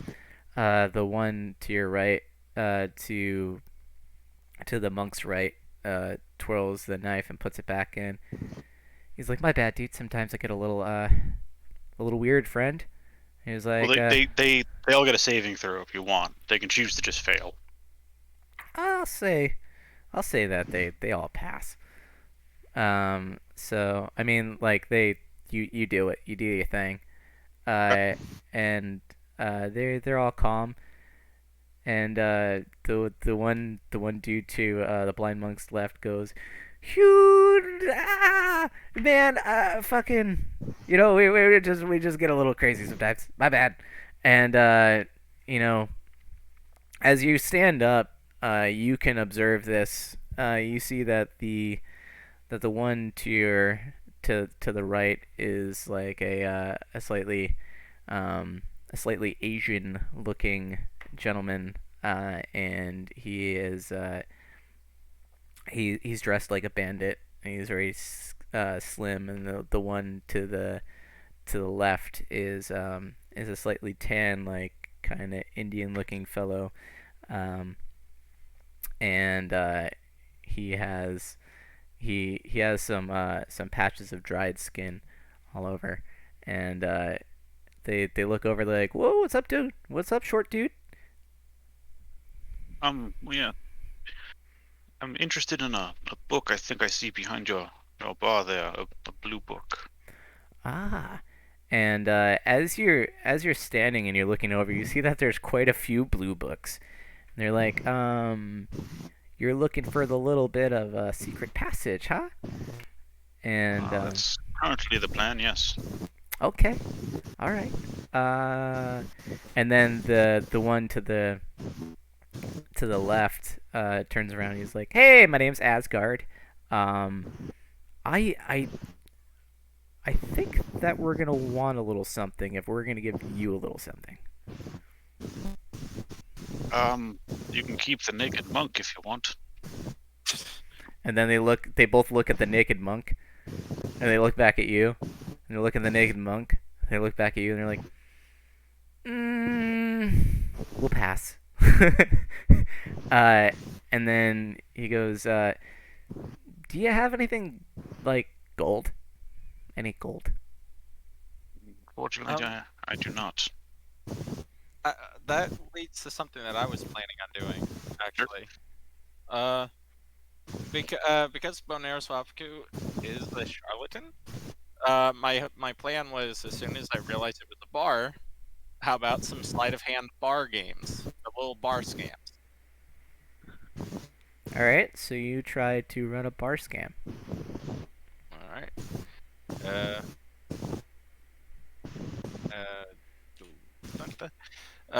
So it would be the sleight of hand because of the sleight of hand tricks, correct?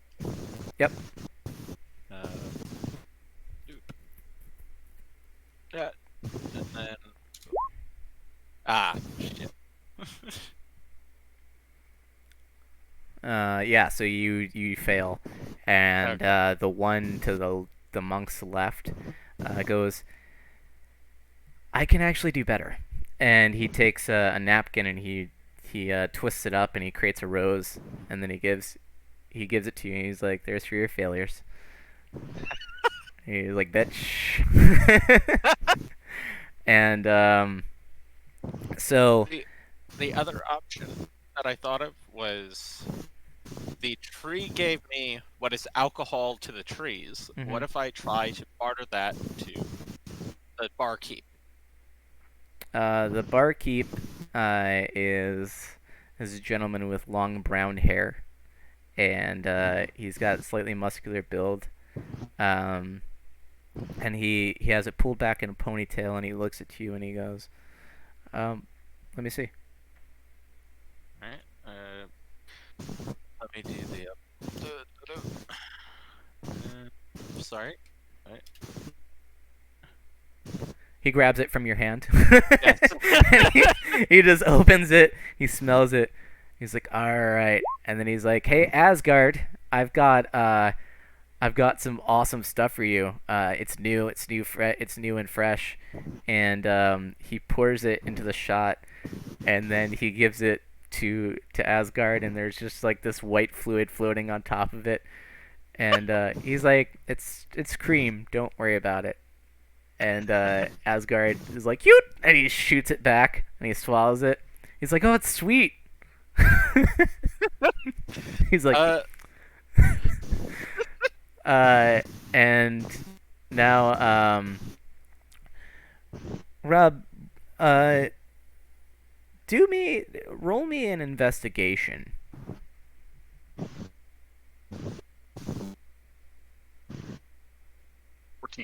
14. So, you kind of like pat yourself down a little bit, and you feel a lump. Okay. Yeah. Uh, do you check out the lump? Where Sure. is this lump? So you check out the lump and you pull it out, and it's the ball from the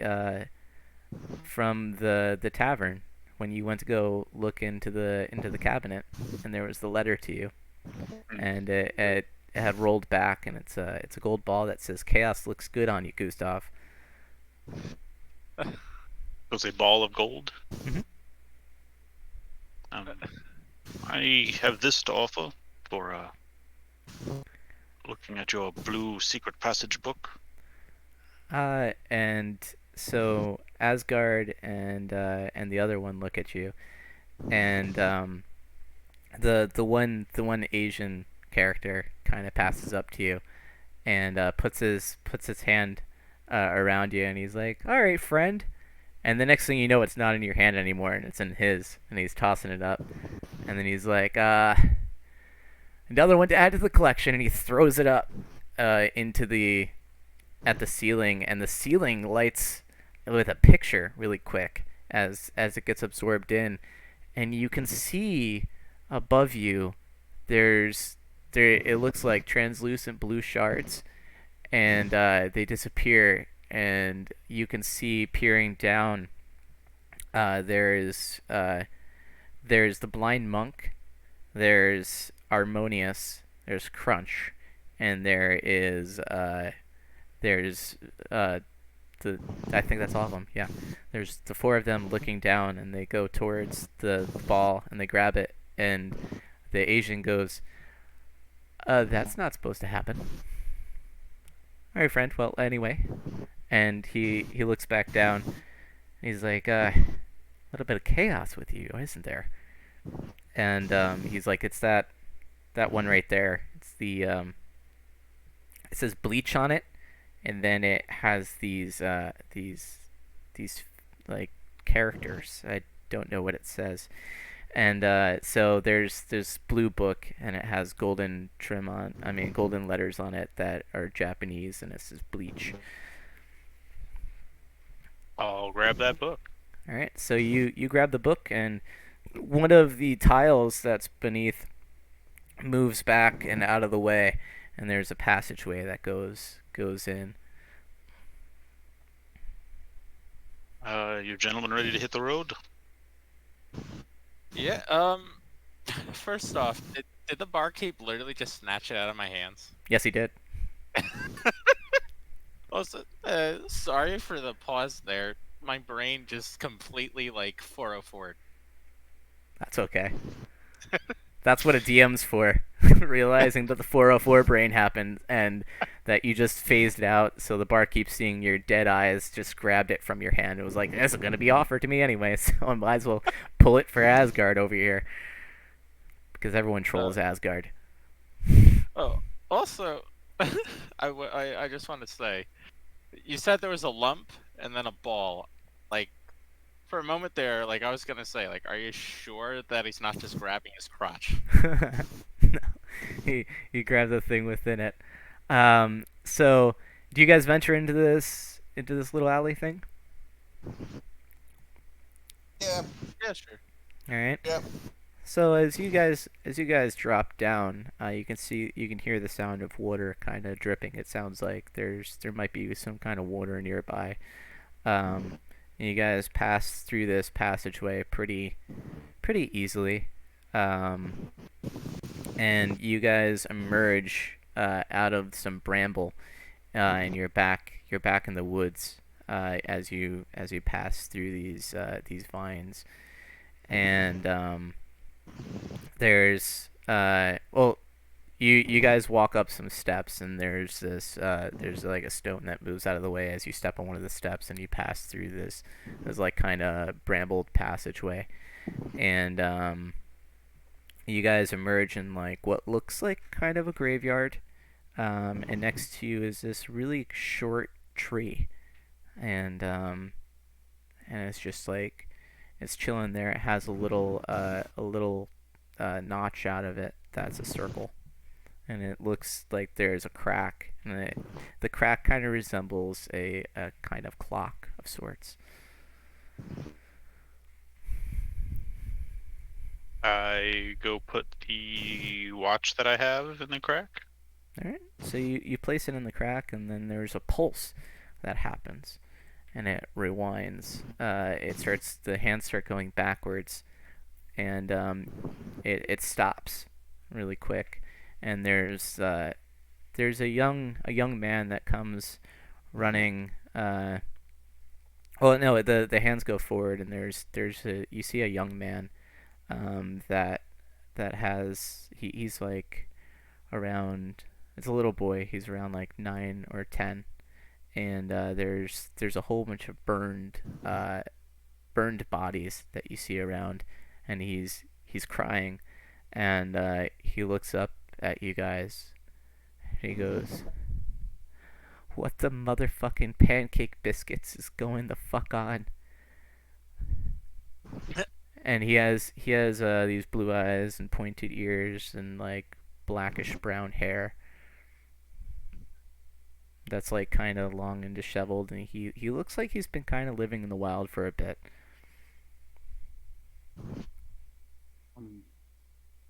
Is this the gentleman we're looking for? Daenerys? I think so. And This kid looks familiar. he looks at you guys and he's like, "I've never seen you fucks before." Is your name Puck? And you could see his eyes turn really sad. And he goes, "No, that is." And he points towards one of the charred bodies that's lying near the tree. He's like, he's dead. Young man, what, pray tell, is your name? That's a confusing one. My name's Ronan. Ronan Buttfoot. Puck was my dad.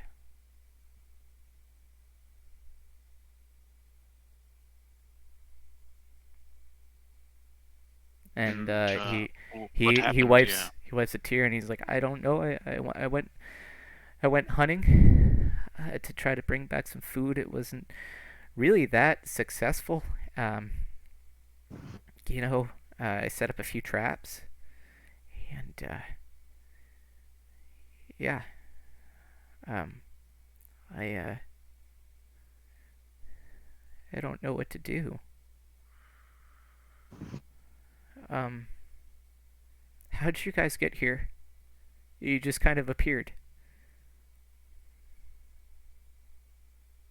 I will leave that to the others to explain. Well, we came through a hidden passage. An ugly woman told us to find Puck to help some friends. Oh. And as he's speaking, he starts to talk again. He's like, I was taken to a foster home for a little bit. I just came back, and it's been only a couple months. But someone told me once upon a time that the backstory is rife with all this tragedy. Boy, oh boy. And then he's like, I feel like I should know you guys. And as he's talking, the hand clicks again, and the hands start going forward, and you can kind of feel all these moments. They start to blur around you, and you're standing now in front of in front of the tree, and as you're going, you can hear the voice of this child go, "Hey, wait!" And yeah, now you guys are in front of this tree, and flying from underneath one of the roots is this little fey dude and he's got some wings fluttering, and he's got a beer in his hand. He's like, oh, hey, you almost caught me in my infidelities. Yeah, right, and who the bloody fuck are you? The A-team. All right.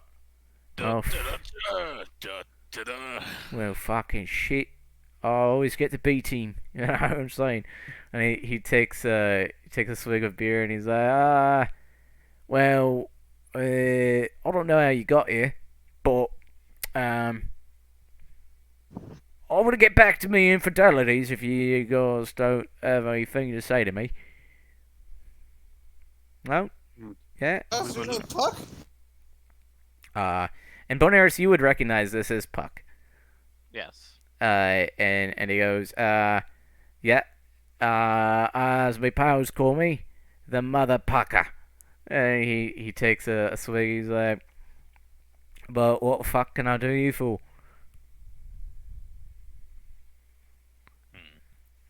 And as he's talking, you can hear the sound of like this battle seemingly going on not too far from you. And you can hear like a muffled would you like to hear the word of our Lord and Savior Jesus Christ?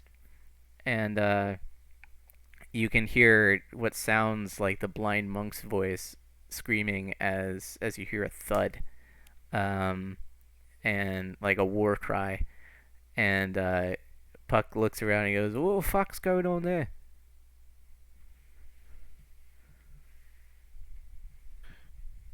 Oh my god. Oh. Not talking to, trying to keep this quiet from Puck, but talking to the rest of them, or talking to Gustav. Gustav, that is us. We were there. Well, we were told not to directly interfere, so What is a little paradox now and then?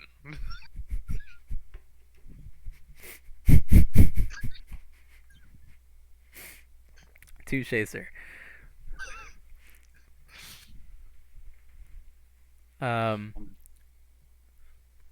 what are you guys doing in this moment? The rain, by the way, is hammering down pretty hard. It's really dark out, and the lightning is striking across the sky, and every so often it becomes really bright in the woods.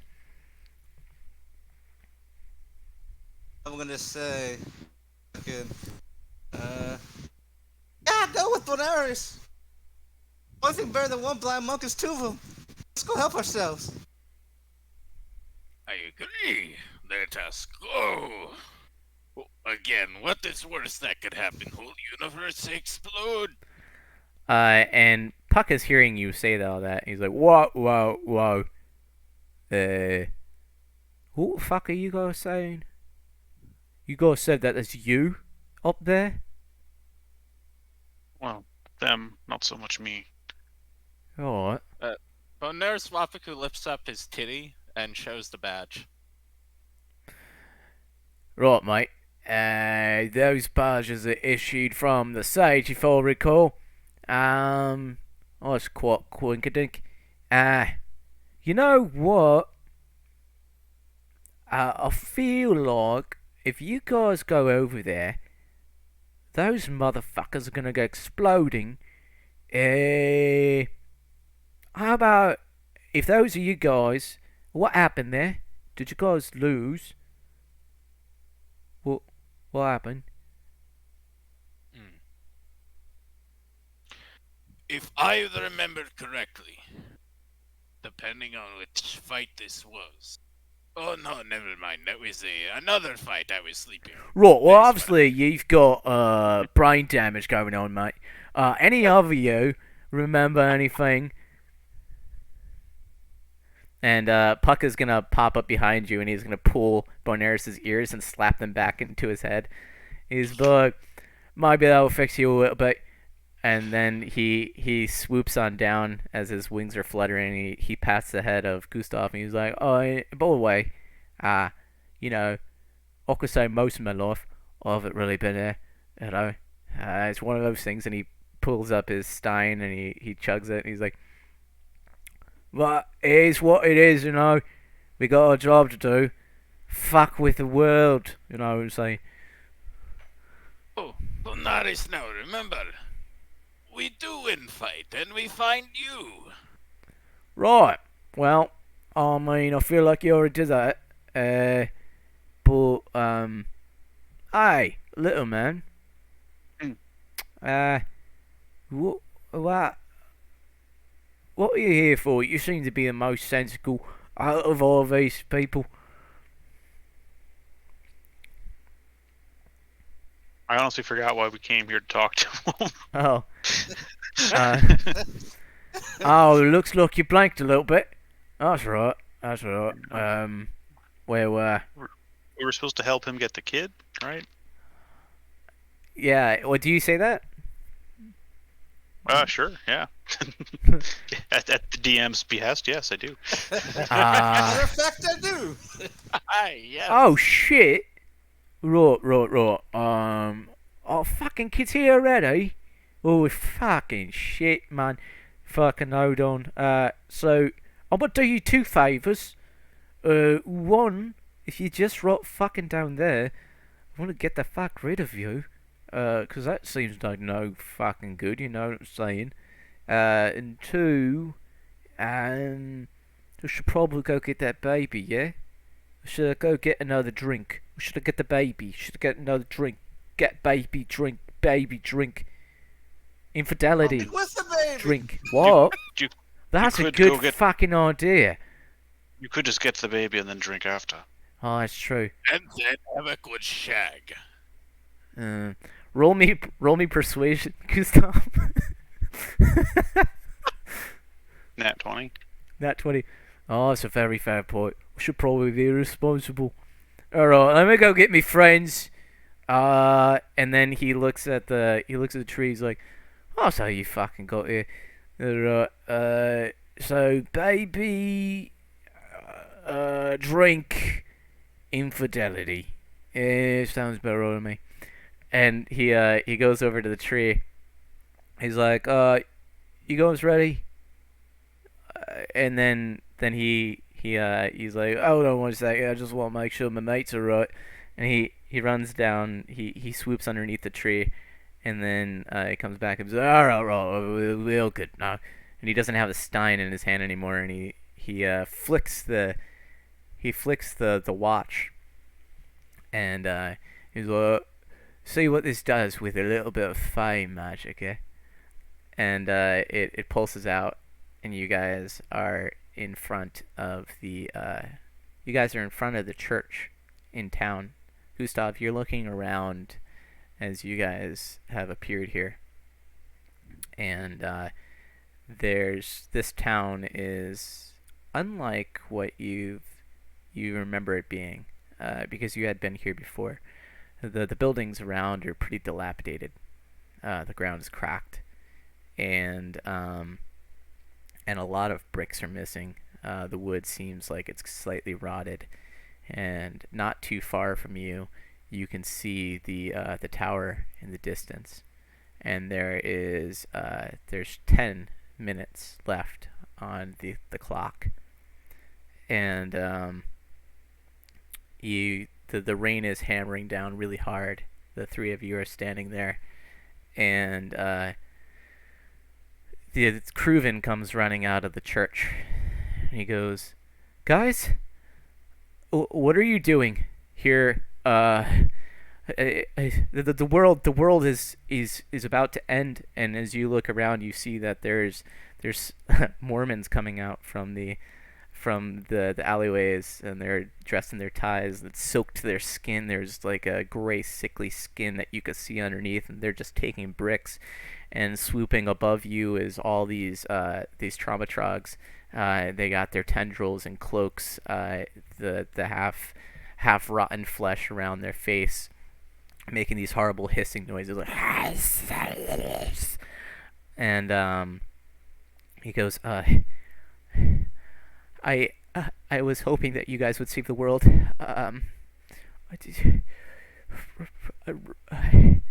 Ronan never returned.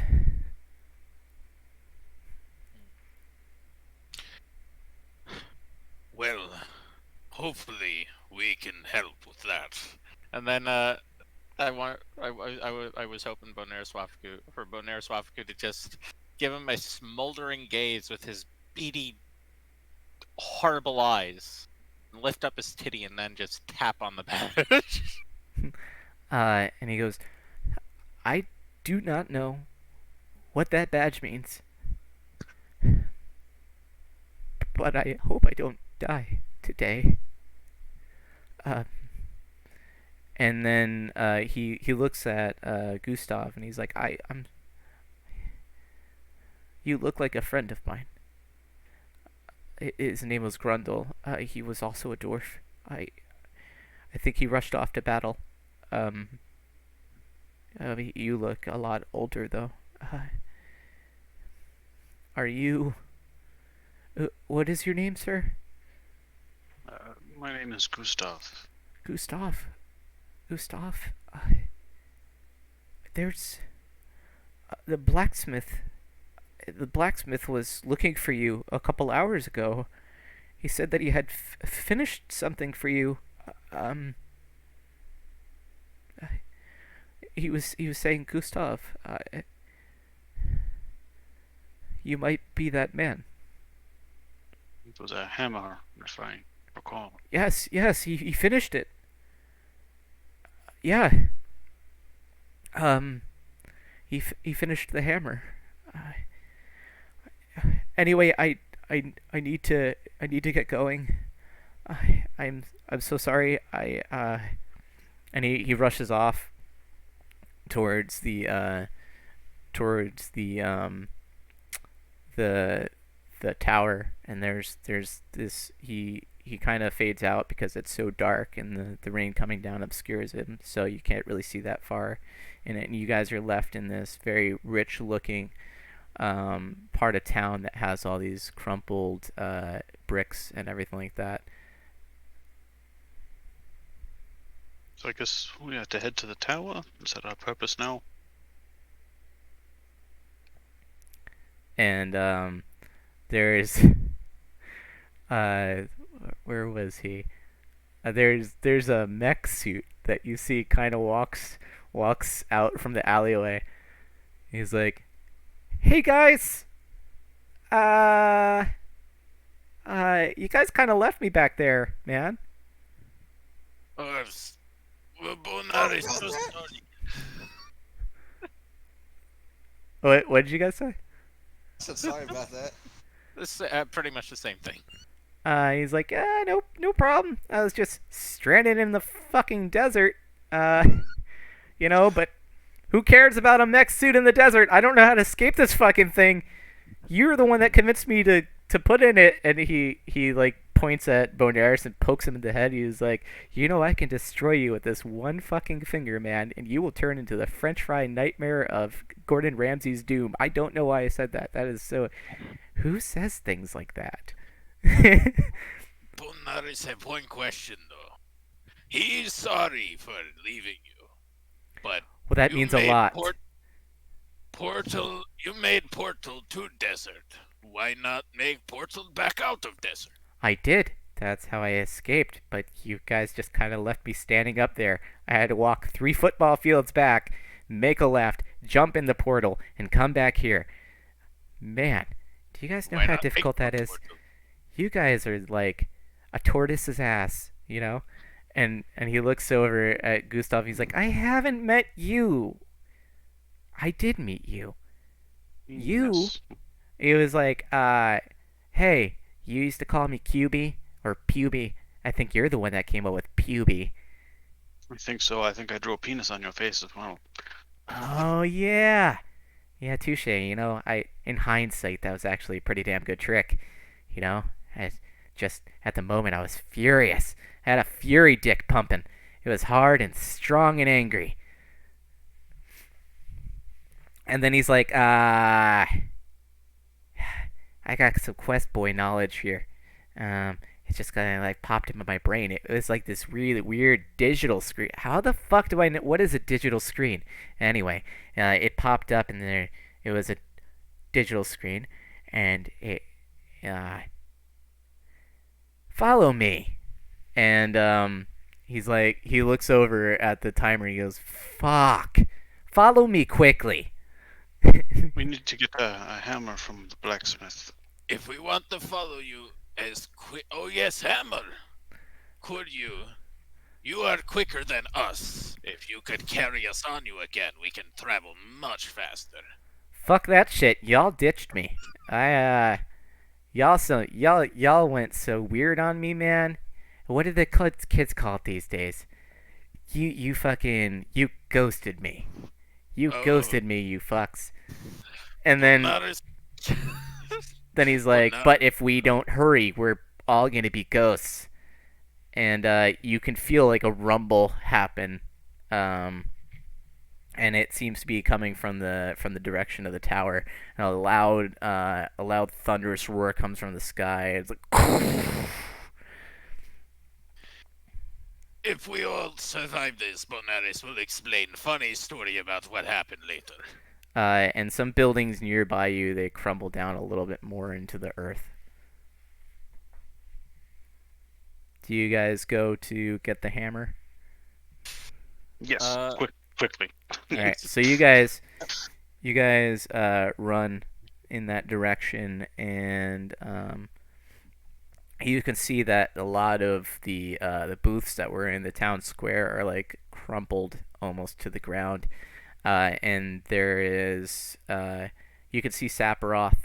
And Sephiroth is like, "Hey, looks like we're all fucked, but you know, if there's a chance in hell, I hope you got it." And he's holding this hammer, and he's like, "I was gonna use this myself, but I'm too old these days." And he hands it off to you, and it's like this black marbled friggin' hammer. It looks badass as shit. It's got wings, like pointed wings coming off the back end of it. And there's like a green marking in the center that's glowing. And he gives it over to you. He's like, "Here you go." Wow. Thank you all. Put it to good use. And there's in the cracked earth, there's this and it's pouring. There's this guy. You hear this guy comes. He goes, "Ha ha!"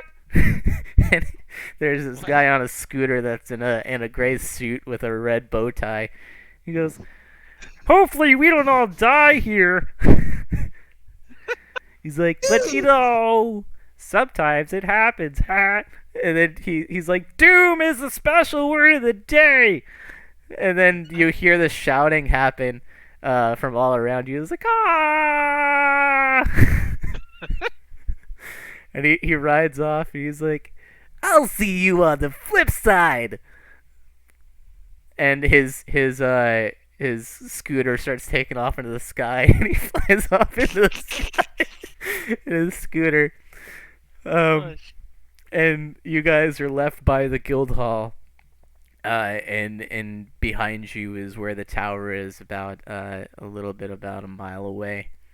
And there is this there's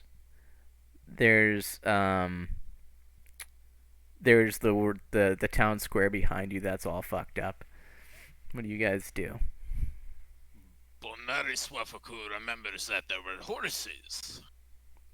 Were those stables anywhere nearby? I cannot... So you'll still hear some actual shouting. There's like this kind of stable that's a couple houses up past the church, and there's a stable. You can kind of hear some muffled shouting from inside there. Okay. Do you guys want to try and run for the horses? Maybe we'll get to the other place faster, or to where we need to go. Sure. Yeah, so you guys run up to the stable.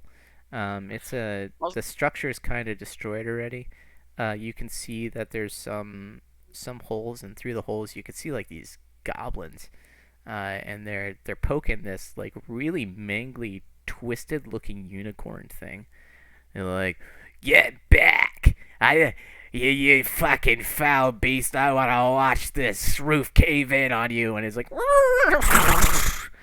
and it's flipping out, and you can see that there's this other thing in another stable that another goblin's kind of going after, and it looks like it's a Frankenstein creature. You know, it looks like it has all these body parts going off of it, and he's the other goblin's like, "You're a freak! A little freak, and I can't wait till you're crushed like a goddamn pancake."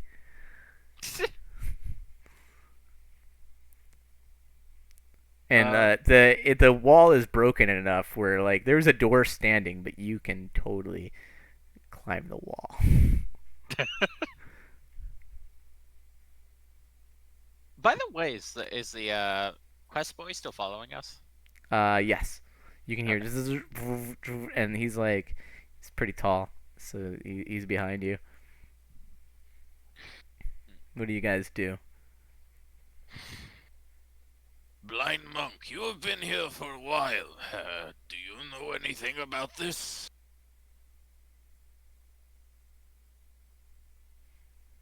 And blind monk, check your DM. If there was a 10-minute clock above that tower, it's definitely done by now. So. Well, yeah, no, it's ticking. It's ticking down. It's almost there. You guys have got like literally 3 minutes left on that timer. Jason, are you even there still? Oh well. Oh shit! Were you You muted? guys hear me? No. No, we couldn't. Oh, son of a bitch! My headphone. If I move it up a little bit, it gets muted. I scratched my face. I guess I knocked it up. Oh shit! Shit! No, I've been talking. I've been here. Oh fuck! Oh shit! Yeah, I've been here the entire time. Shit. How long Don't call since you don't guys? call it a comeback. He's been here the whole time. Yeah. How long have you guys not been hearing me? For the last like Bit. 5-ish minutes. Okay. Well, I'll just say it out loud. Instead of you having to switch back and forth, because we're on the cusp here. So, blind monk, you would recognize these sounds as something from the original, from Ronan, like knowing Ronan. These one sounds really weird. You hear a whinny that, and you also hear a and you would know these as like, and you would smell them, that you would notice that they are, or they once were, Ronan's familiars. Okay. Yeah. Unicorn suit. Yep. Okay. So, he goes, yeah, let's use these things. They're Ronan's unicorn suit. So Unicorn. you guys have 3 minutes on the clock. How do you want to get these? If that's what you're deciding on. I think- assumed it was just gonna be easy to just hop on him and ride off. Yeah. Yeah. You've got the goblins that are fucking with them. These are If short we- little fucking goblins. I think if we need to, we I all just- just guard them. Listen to or- that jump and stick him in my ass. How many? Yes! How many I will goblins do it. are there? I will Two. do it. There's only 2. I'll cast a I want- third level. Let me see. Second level command. Tell them to run. All right. Do you have to roll anything for that, or do I have to roll They- anything for that? Yeah, they get I believe it's a wisdom save. Why is my? Hang on, I froze up a little bit. Wisdom save. All right. One rolled a 14 and one rolled a 17. One passes, one fails. All right. So one of them, the one that's fucking with the Frankenstein thing, goes, fuck you, I'm out of here. I don't want to deal with this shit. And he runs off, jumps over the wall, and just goes out. He's like, enjoy your apocalypse there, Fred. And so Fred's like, that guy was a scumbag anyway, but you stay the fuck back. And so he picks up the stick that his friend dropped, and he starts holding him back, trying to get both these things back, and they're trying to come forward. I'm gonna try to jump on him and stick my ass to him. All right, roll me acrobatics.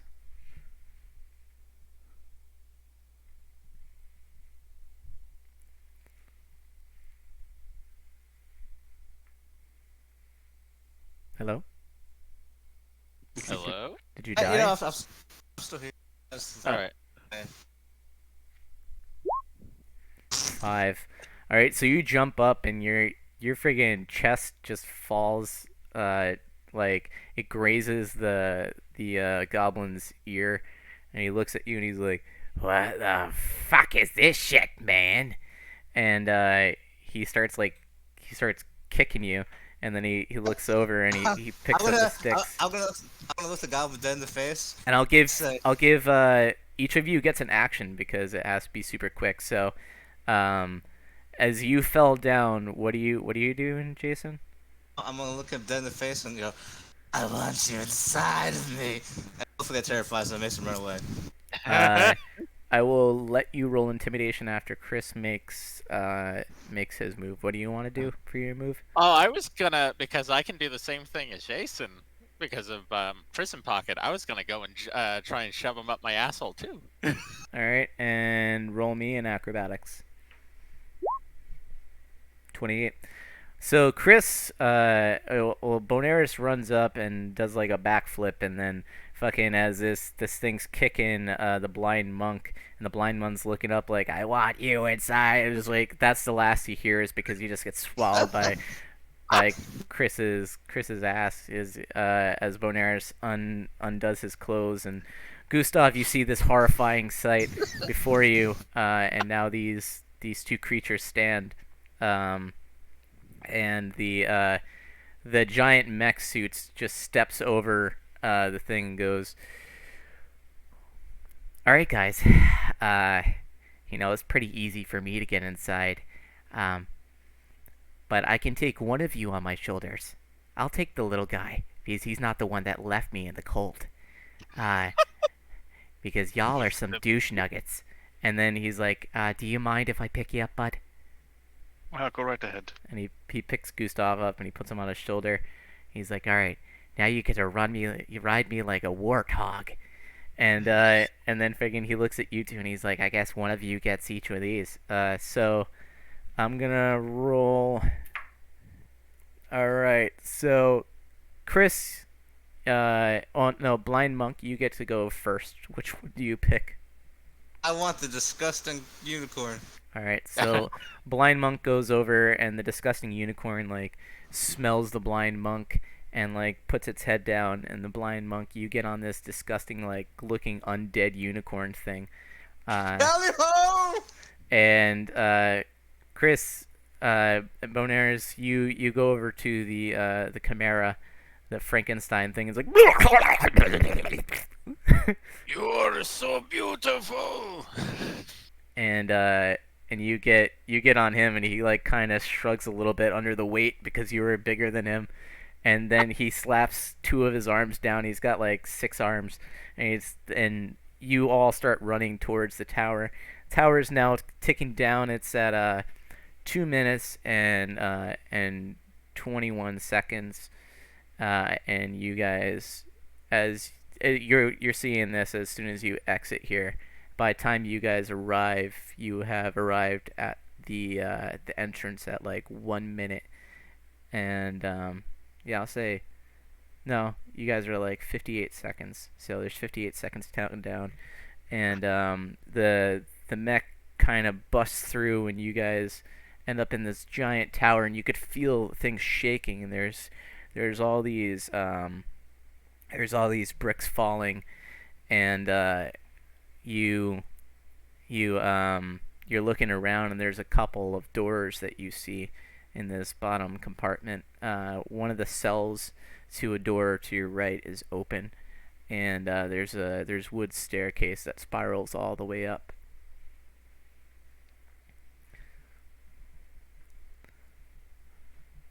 Any of this familiar to you all? Yes. That cage, that door, it held a man. He went and fought with us. All we need to do is get up those stairs. All right. And, let's not waste any more time.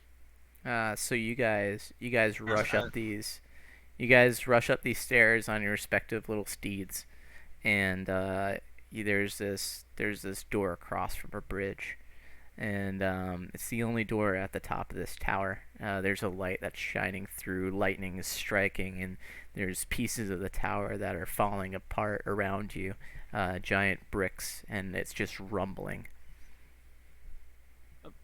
By the way, was the quest boy still able to follow us? Yes, Quest Boy has climbed these fucking stairs like a goddamn champion, with Gustav riding on him. He's like, I'm a goddamn warthog. I'm a goddamn warthog. Goddammit. You son of a slipper. I don't know why I said that. That's weird. And you guys are now looking at this door.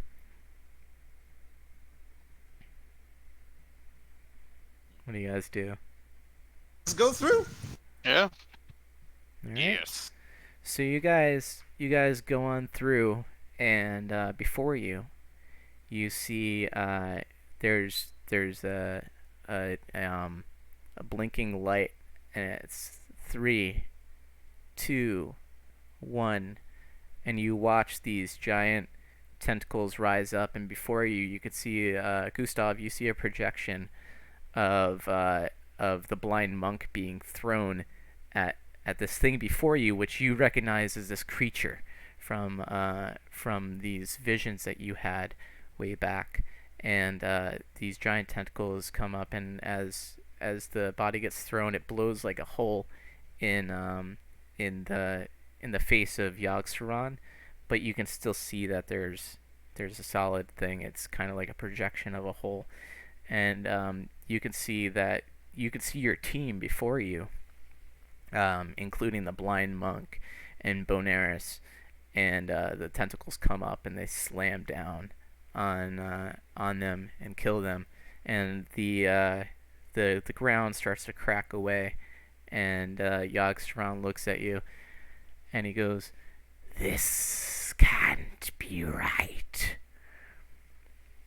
And you're standing there on this robot, this robot, and you guys are sitting on your steeds. What do you guys do as this world is breaking apart in front of you? Charge! I run for my little pony. All right, Gustav, I'm going wherever Quest Boy is taking me. do you direct Quest Boy at all? I'll follow the rest. All right. Whoever's charging. We're gonna use the pencil as a lance. So the pencil isn't with you anymore. Oh. Okay. But the Earth is breaking apart, and it's almost like slow motion. It almost gains this kind of space-like feature. So there's rocks that are floating, and there stands Yogg-Saron sitting in the middle, looking like quite damaged. There's a green guitar that starts floating up from the from where Harmonious once was, and you could see the bodies of your fallen, the dead bodies of your fallen, kind of floating around you, including the bodies of the blind monk, as well as Bonaris, Harmonious, and Crunch. And they're just kind of like floating, and time almost seems slowed down. Where's my pet rock in all of this? Do you look around at all? Yes. Roll me perception. Okay. Doop. Doop. And then my perception. My plus is Give me 1 second. All right. 23. Okay. So damn, you're right with these fucking rolls online, man. Oh, So you actually see your pet rock kind of floating in slow motion. There's water in the air too. It's floating because there's these fountains that have broken open. This whole area was a desert, with like smooth sandstone and brick formations, and like there was like this little coliseum. So you're seeing these pieces and pillars kind of floating around, in almost space. And there's you could see your pet rock over to the left hand side, and it's kind of like floating a little bit away from Yogg Saron. And this thing looks absolutely terrifying. It is super big, almost unfathomably big, that you're seeing, Gustav. I want to. Technically, this isn't how this spell works, but you let me know if I can do this. I want to cast Spiritual Weapon, but instead of this like summoning a spiritual weapon, I just want to try to use the guitar as the spiritual weapon and attack with it. Okay.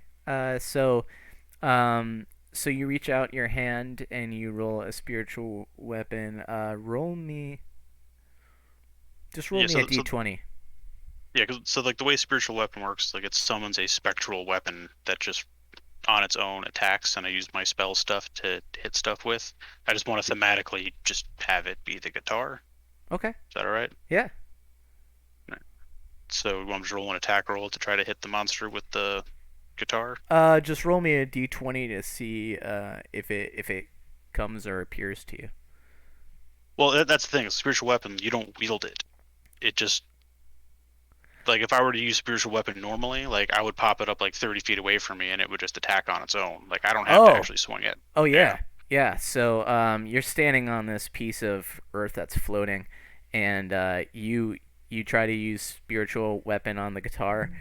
Yeah. Just roll me attack. Okay.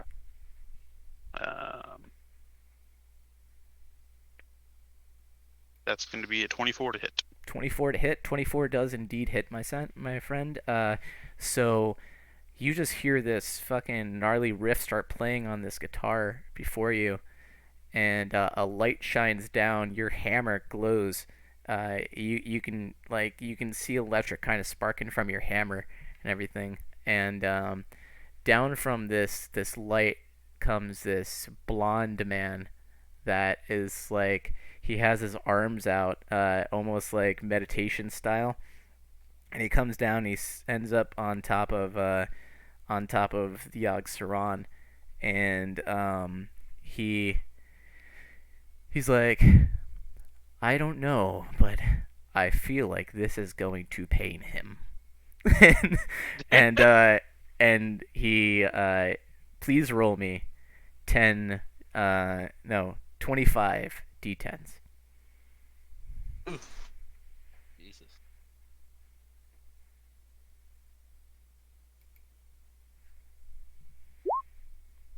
127. All right. You guys, I'm going to get to you in a second, and I'm going to get to this Bonaris and Blind Monk.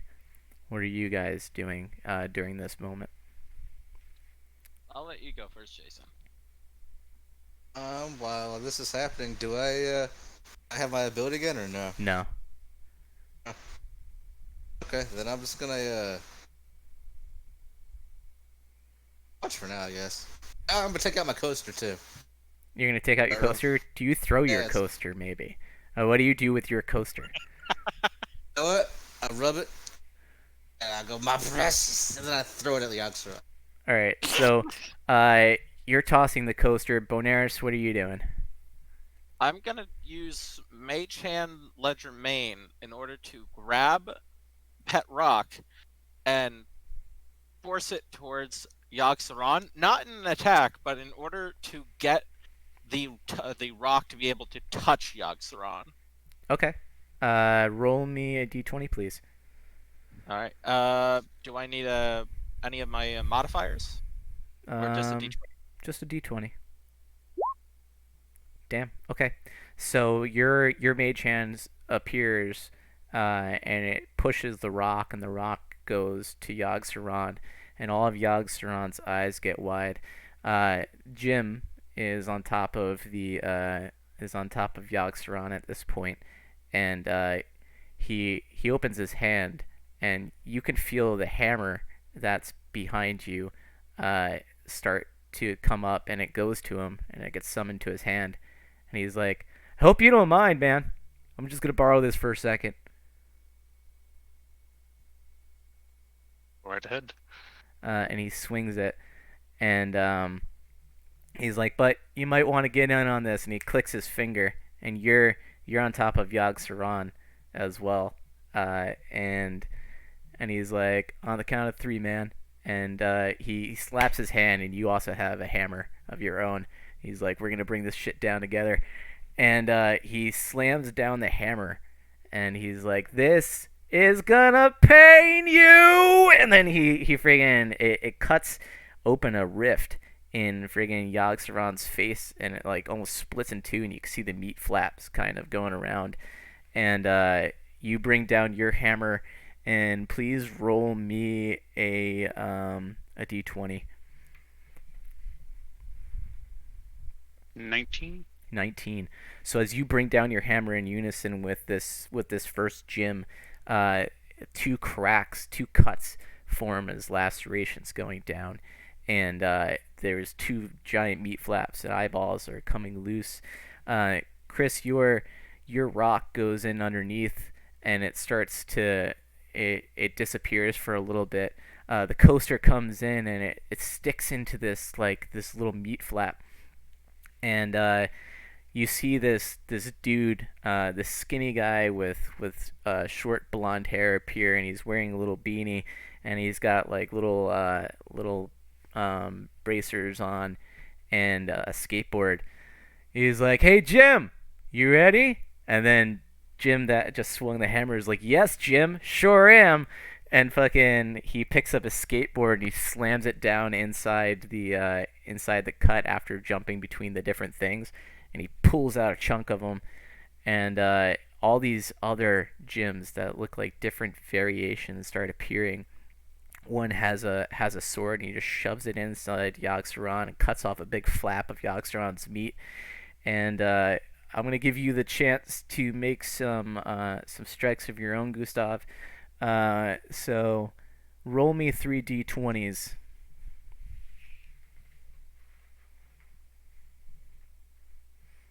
17, a 3, and a 10. All right, so one of you're like brought in by this energy going on around you. There's electric happening, and you bring a fist down and actually plunges through Yogg-Saron's head, and you're able to like pull out a chunk of his meat. And Yogg-Saron's like, "How is this happening?" And a dunce hat appears on top of Yogg-Saron as he's like floating around, getting beat to shit by all these gyms that are coming out, and they're making all these sly remarks, and they're just ripping off pieces of him. One comes running out, does like this little twirl thing, like M. Bison grabs one of the eyeballs, twists it out, pulls it, and and goes, "Looks like you're in a sea of pain, buddy," and shoves it back. And he's like, "I don't know if you can see that, but enjoy. I'm doing this for your own good." And it starts like really coming apart, and the tentacles are flying up, and some of them are disconnecting and floating out into the ether.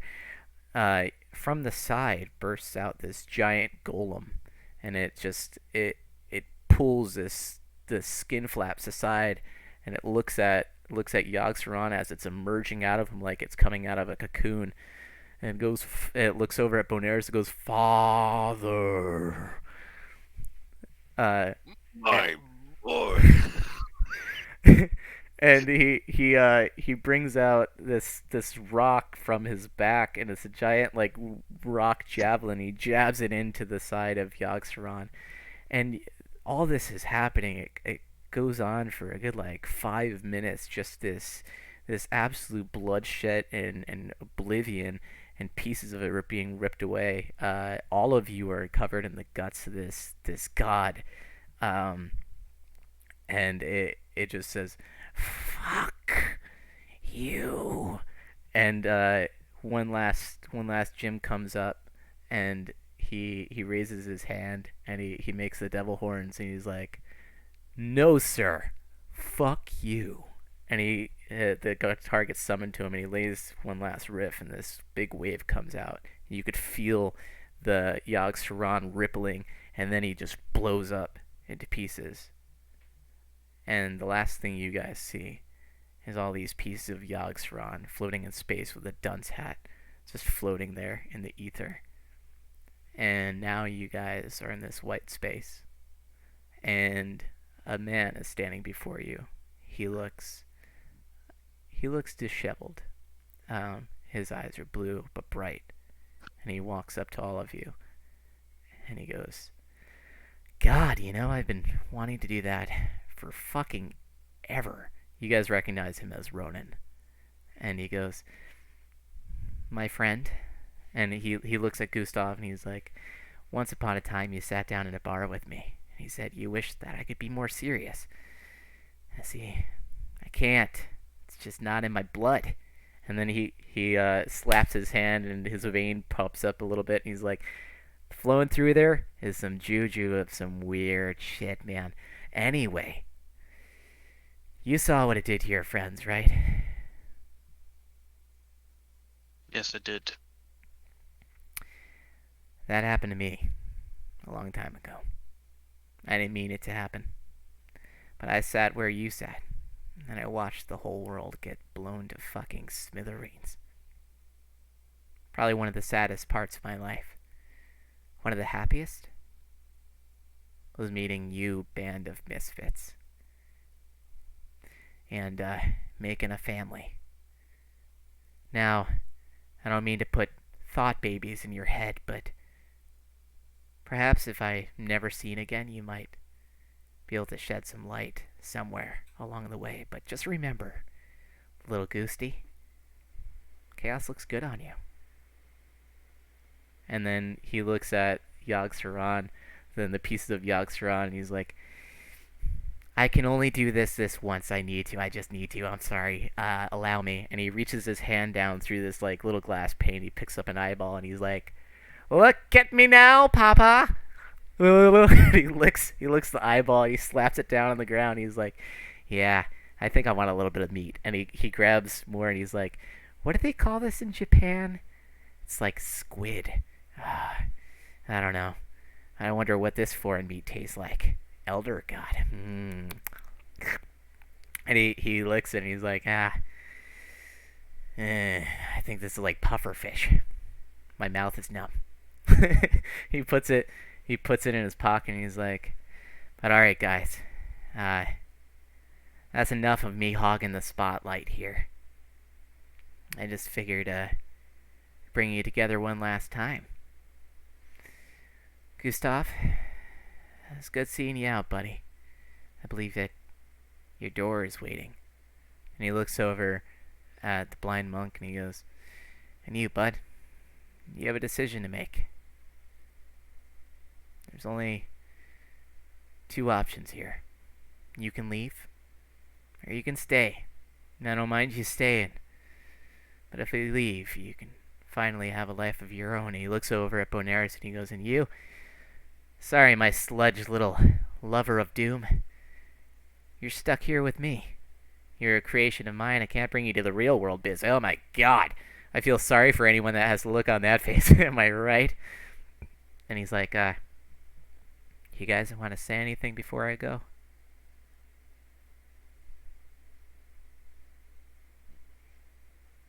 Why all of this, Ronan? That's simple. I might be losing my second family. And, well, as much as snot rockets as that blows, I don't want you guys to be carrying this depressive weight around with you all this time, soaked with tears like you're in the May Day parade or some shit. I don't want you guys to be an emo band. I want you guys to laugh through the tragedy and find your moments. I mean, I sat here for 5 years, Silk, and And that's the biggest regret of my life, besides, blowing up a planet on accident trying to save the world. But I also wanted you to know what you're up against, because if I'm not there, someone needs to be. This thing's no joke. It's not as easy to beat as you guys just made it. He's coming in 2 years. And if I can't be there to fuck him up, I hope you guys stick a big boot right up his ass. His little fucking squiggly ass, and make him squirm a bit. And then watch him pass on to the place where he was meant to go all along. Oblivion. And when I said it, I meant it. Kaz looks good on you, bud. Not as bad as you think. Or I hope you don't think I am. It has its place. I agree. And it has a responsibility to hold it. And he looks over at Blind Monk and he's like, and you, old friend?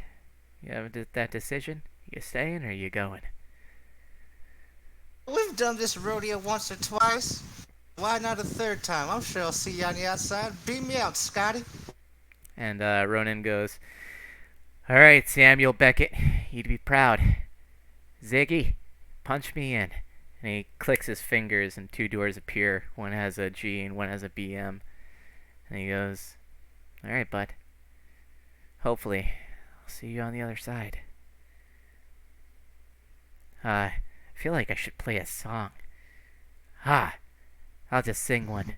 And he opens up the door for Gustav and he goes, carry on my wayward son. I was really hoping it was going to be, I was hoping it was going to be the Breakfast Club.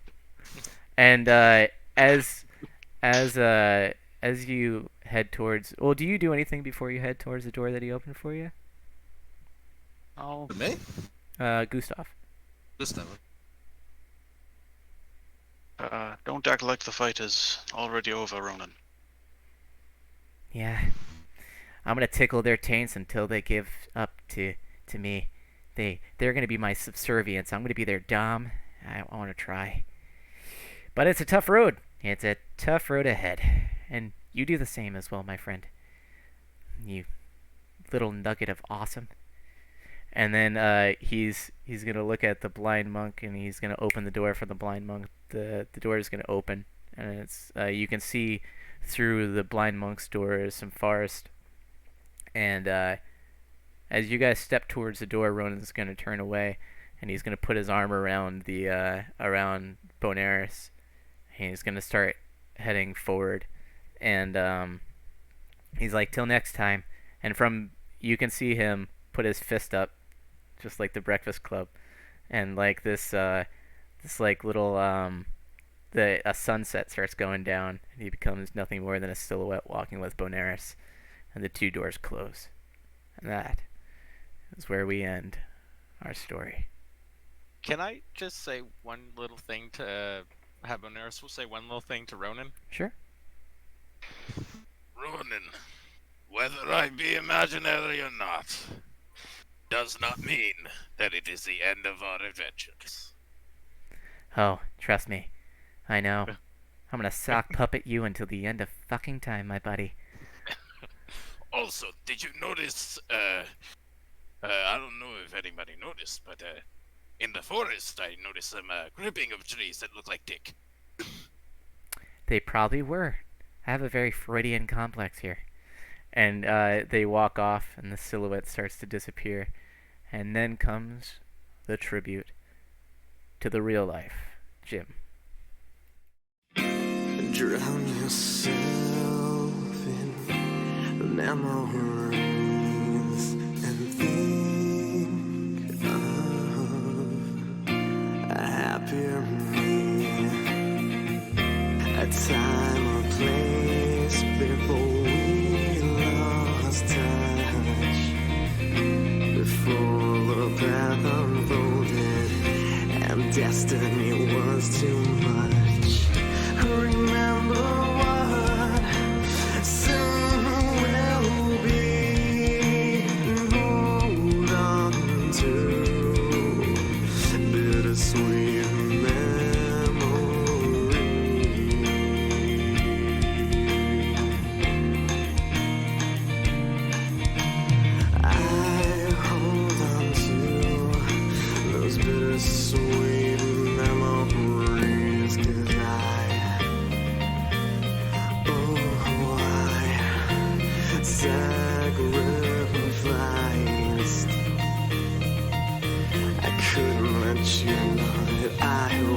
live a lie.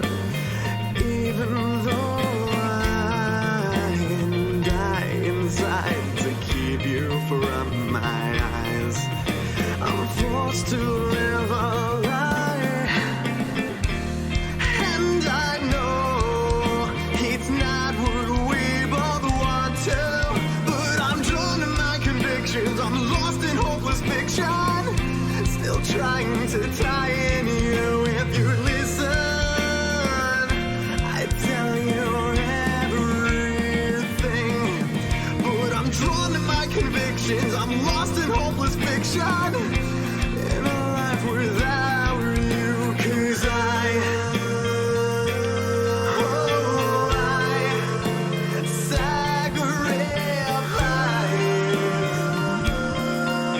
just couldn't let you know that I was still alive. Even though I die inside to keep you from my eyes, I'm forced to live out alone. And I know it's not what we both want to, but I'm drawn to my convictions. I'm lost in hopeless fiction. I'm still trying to tie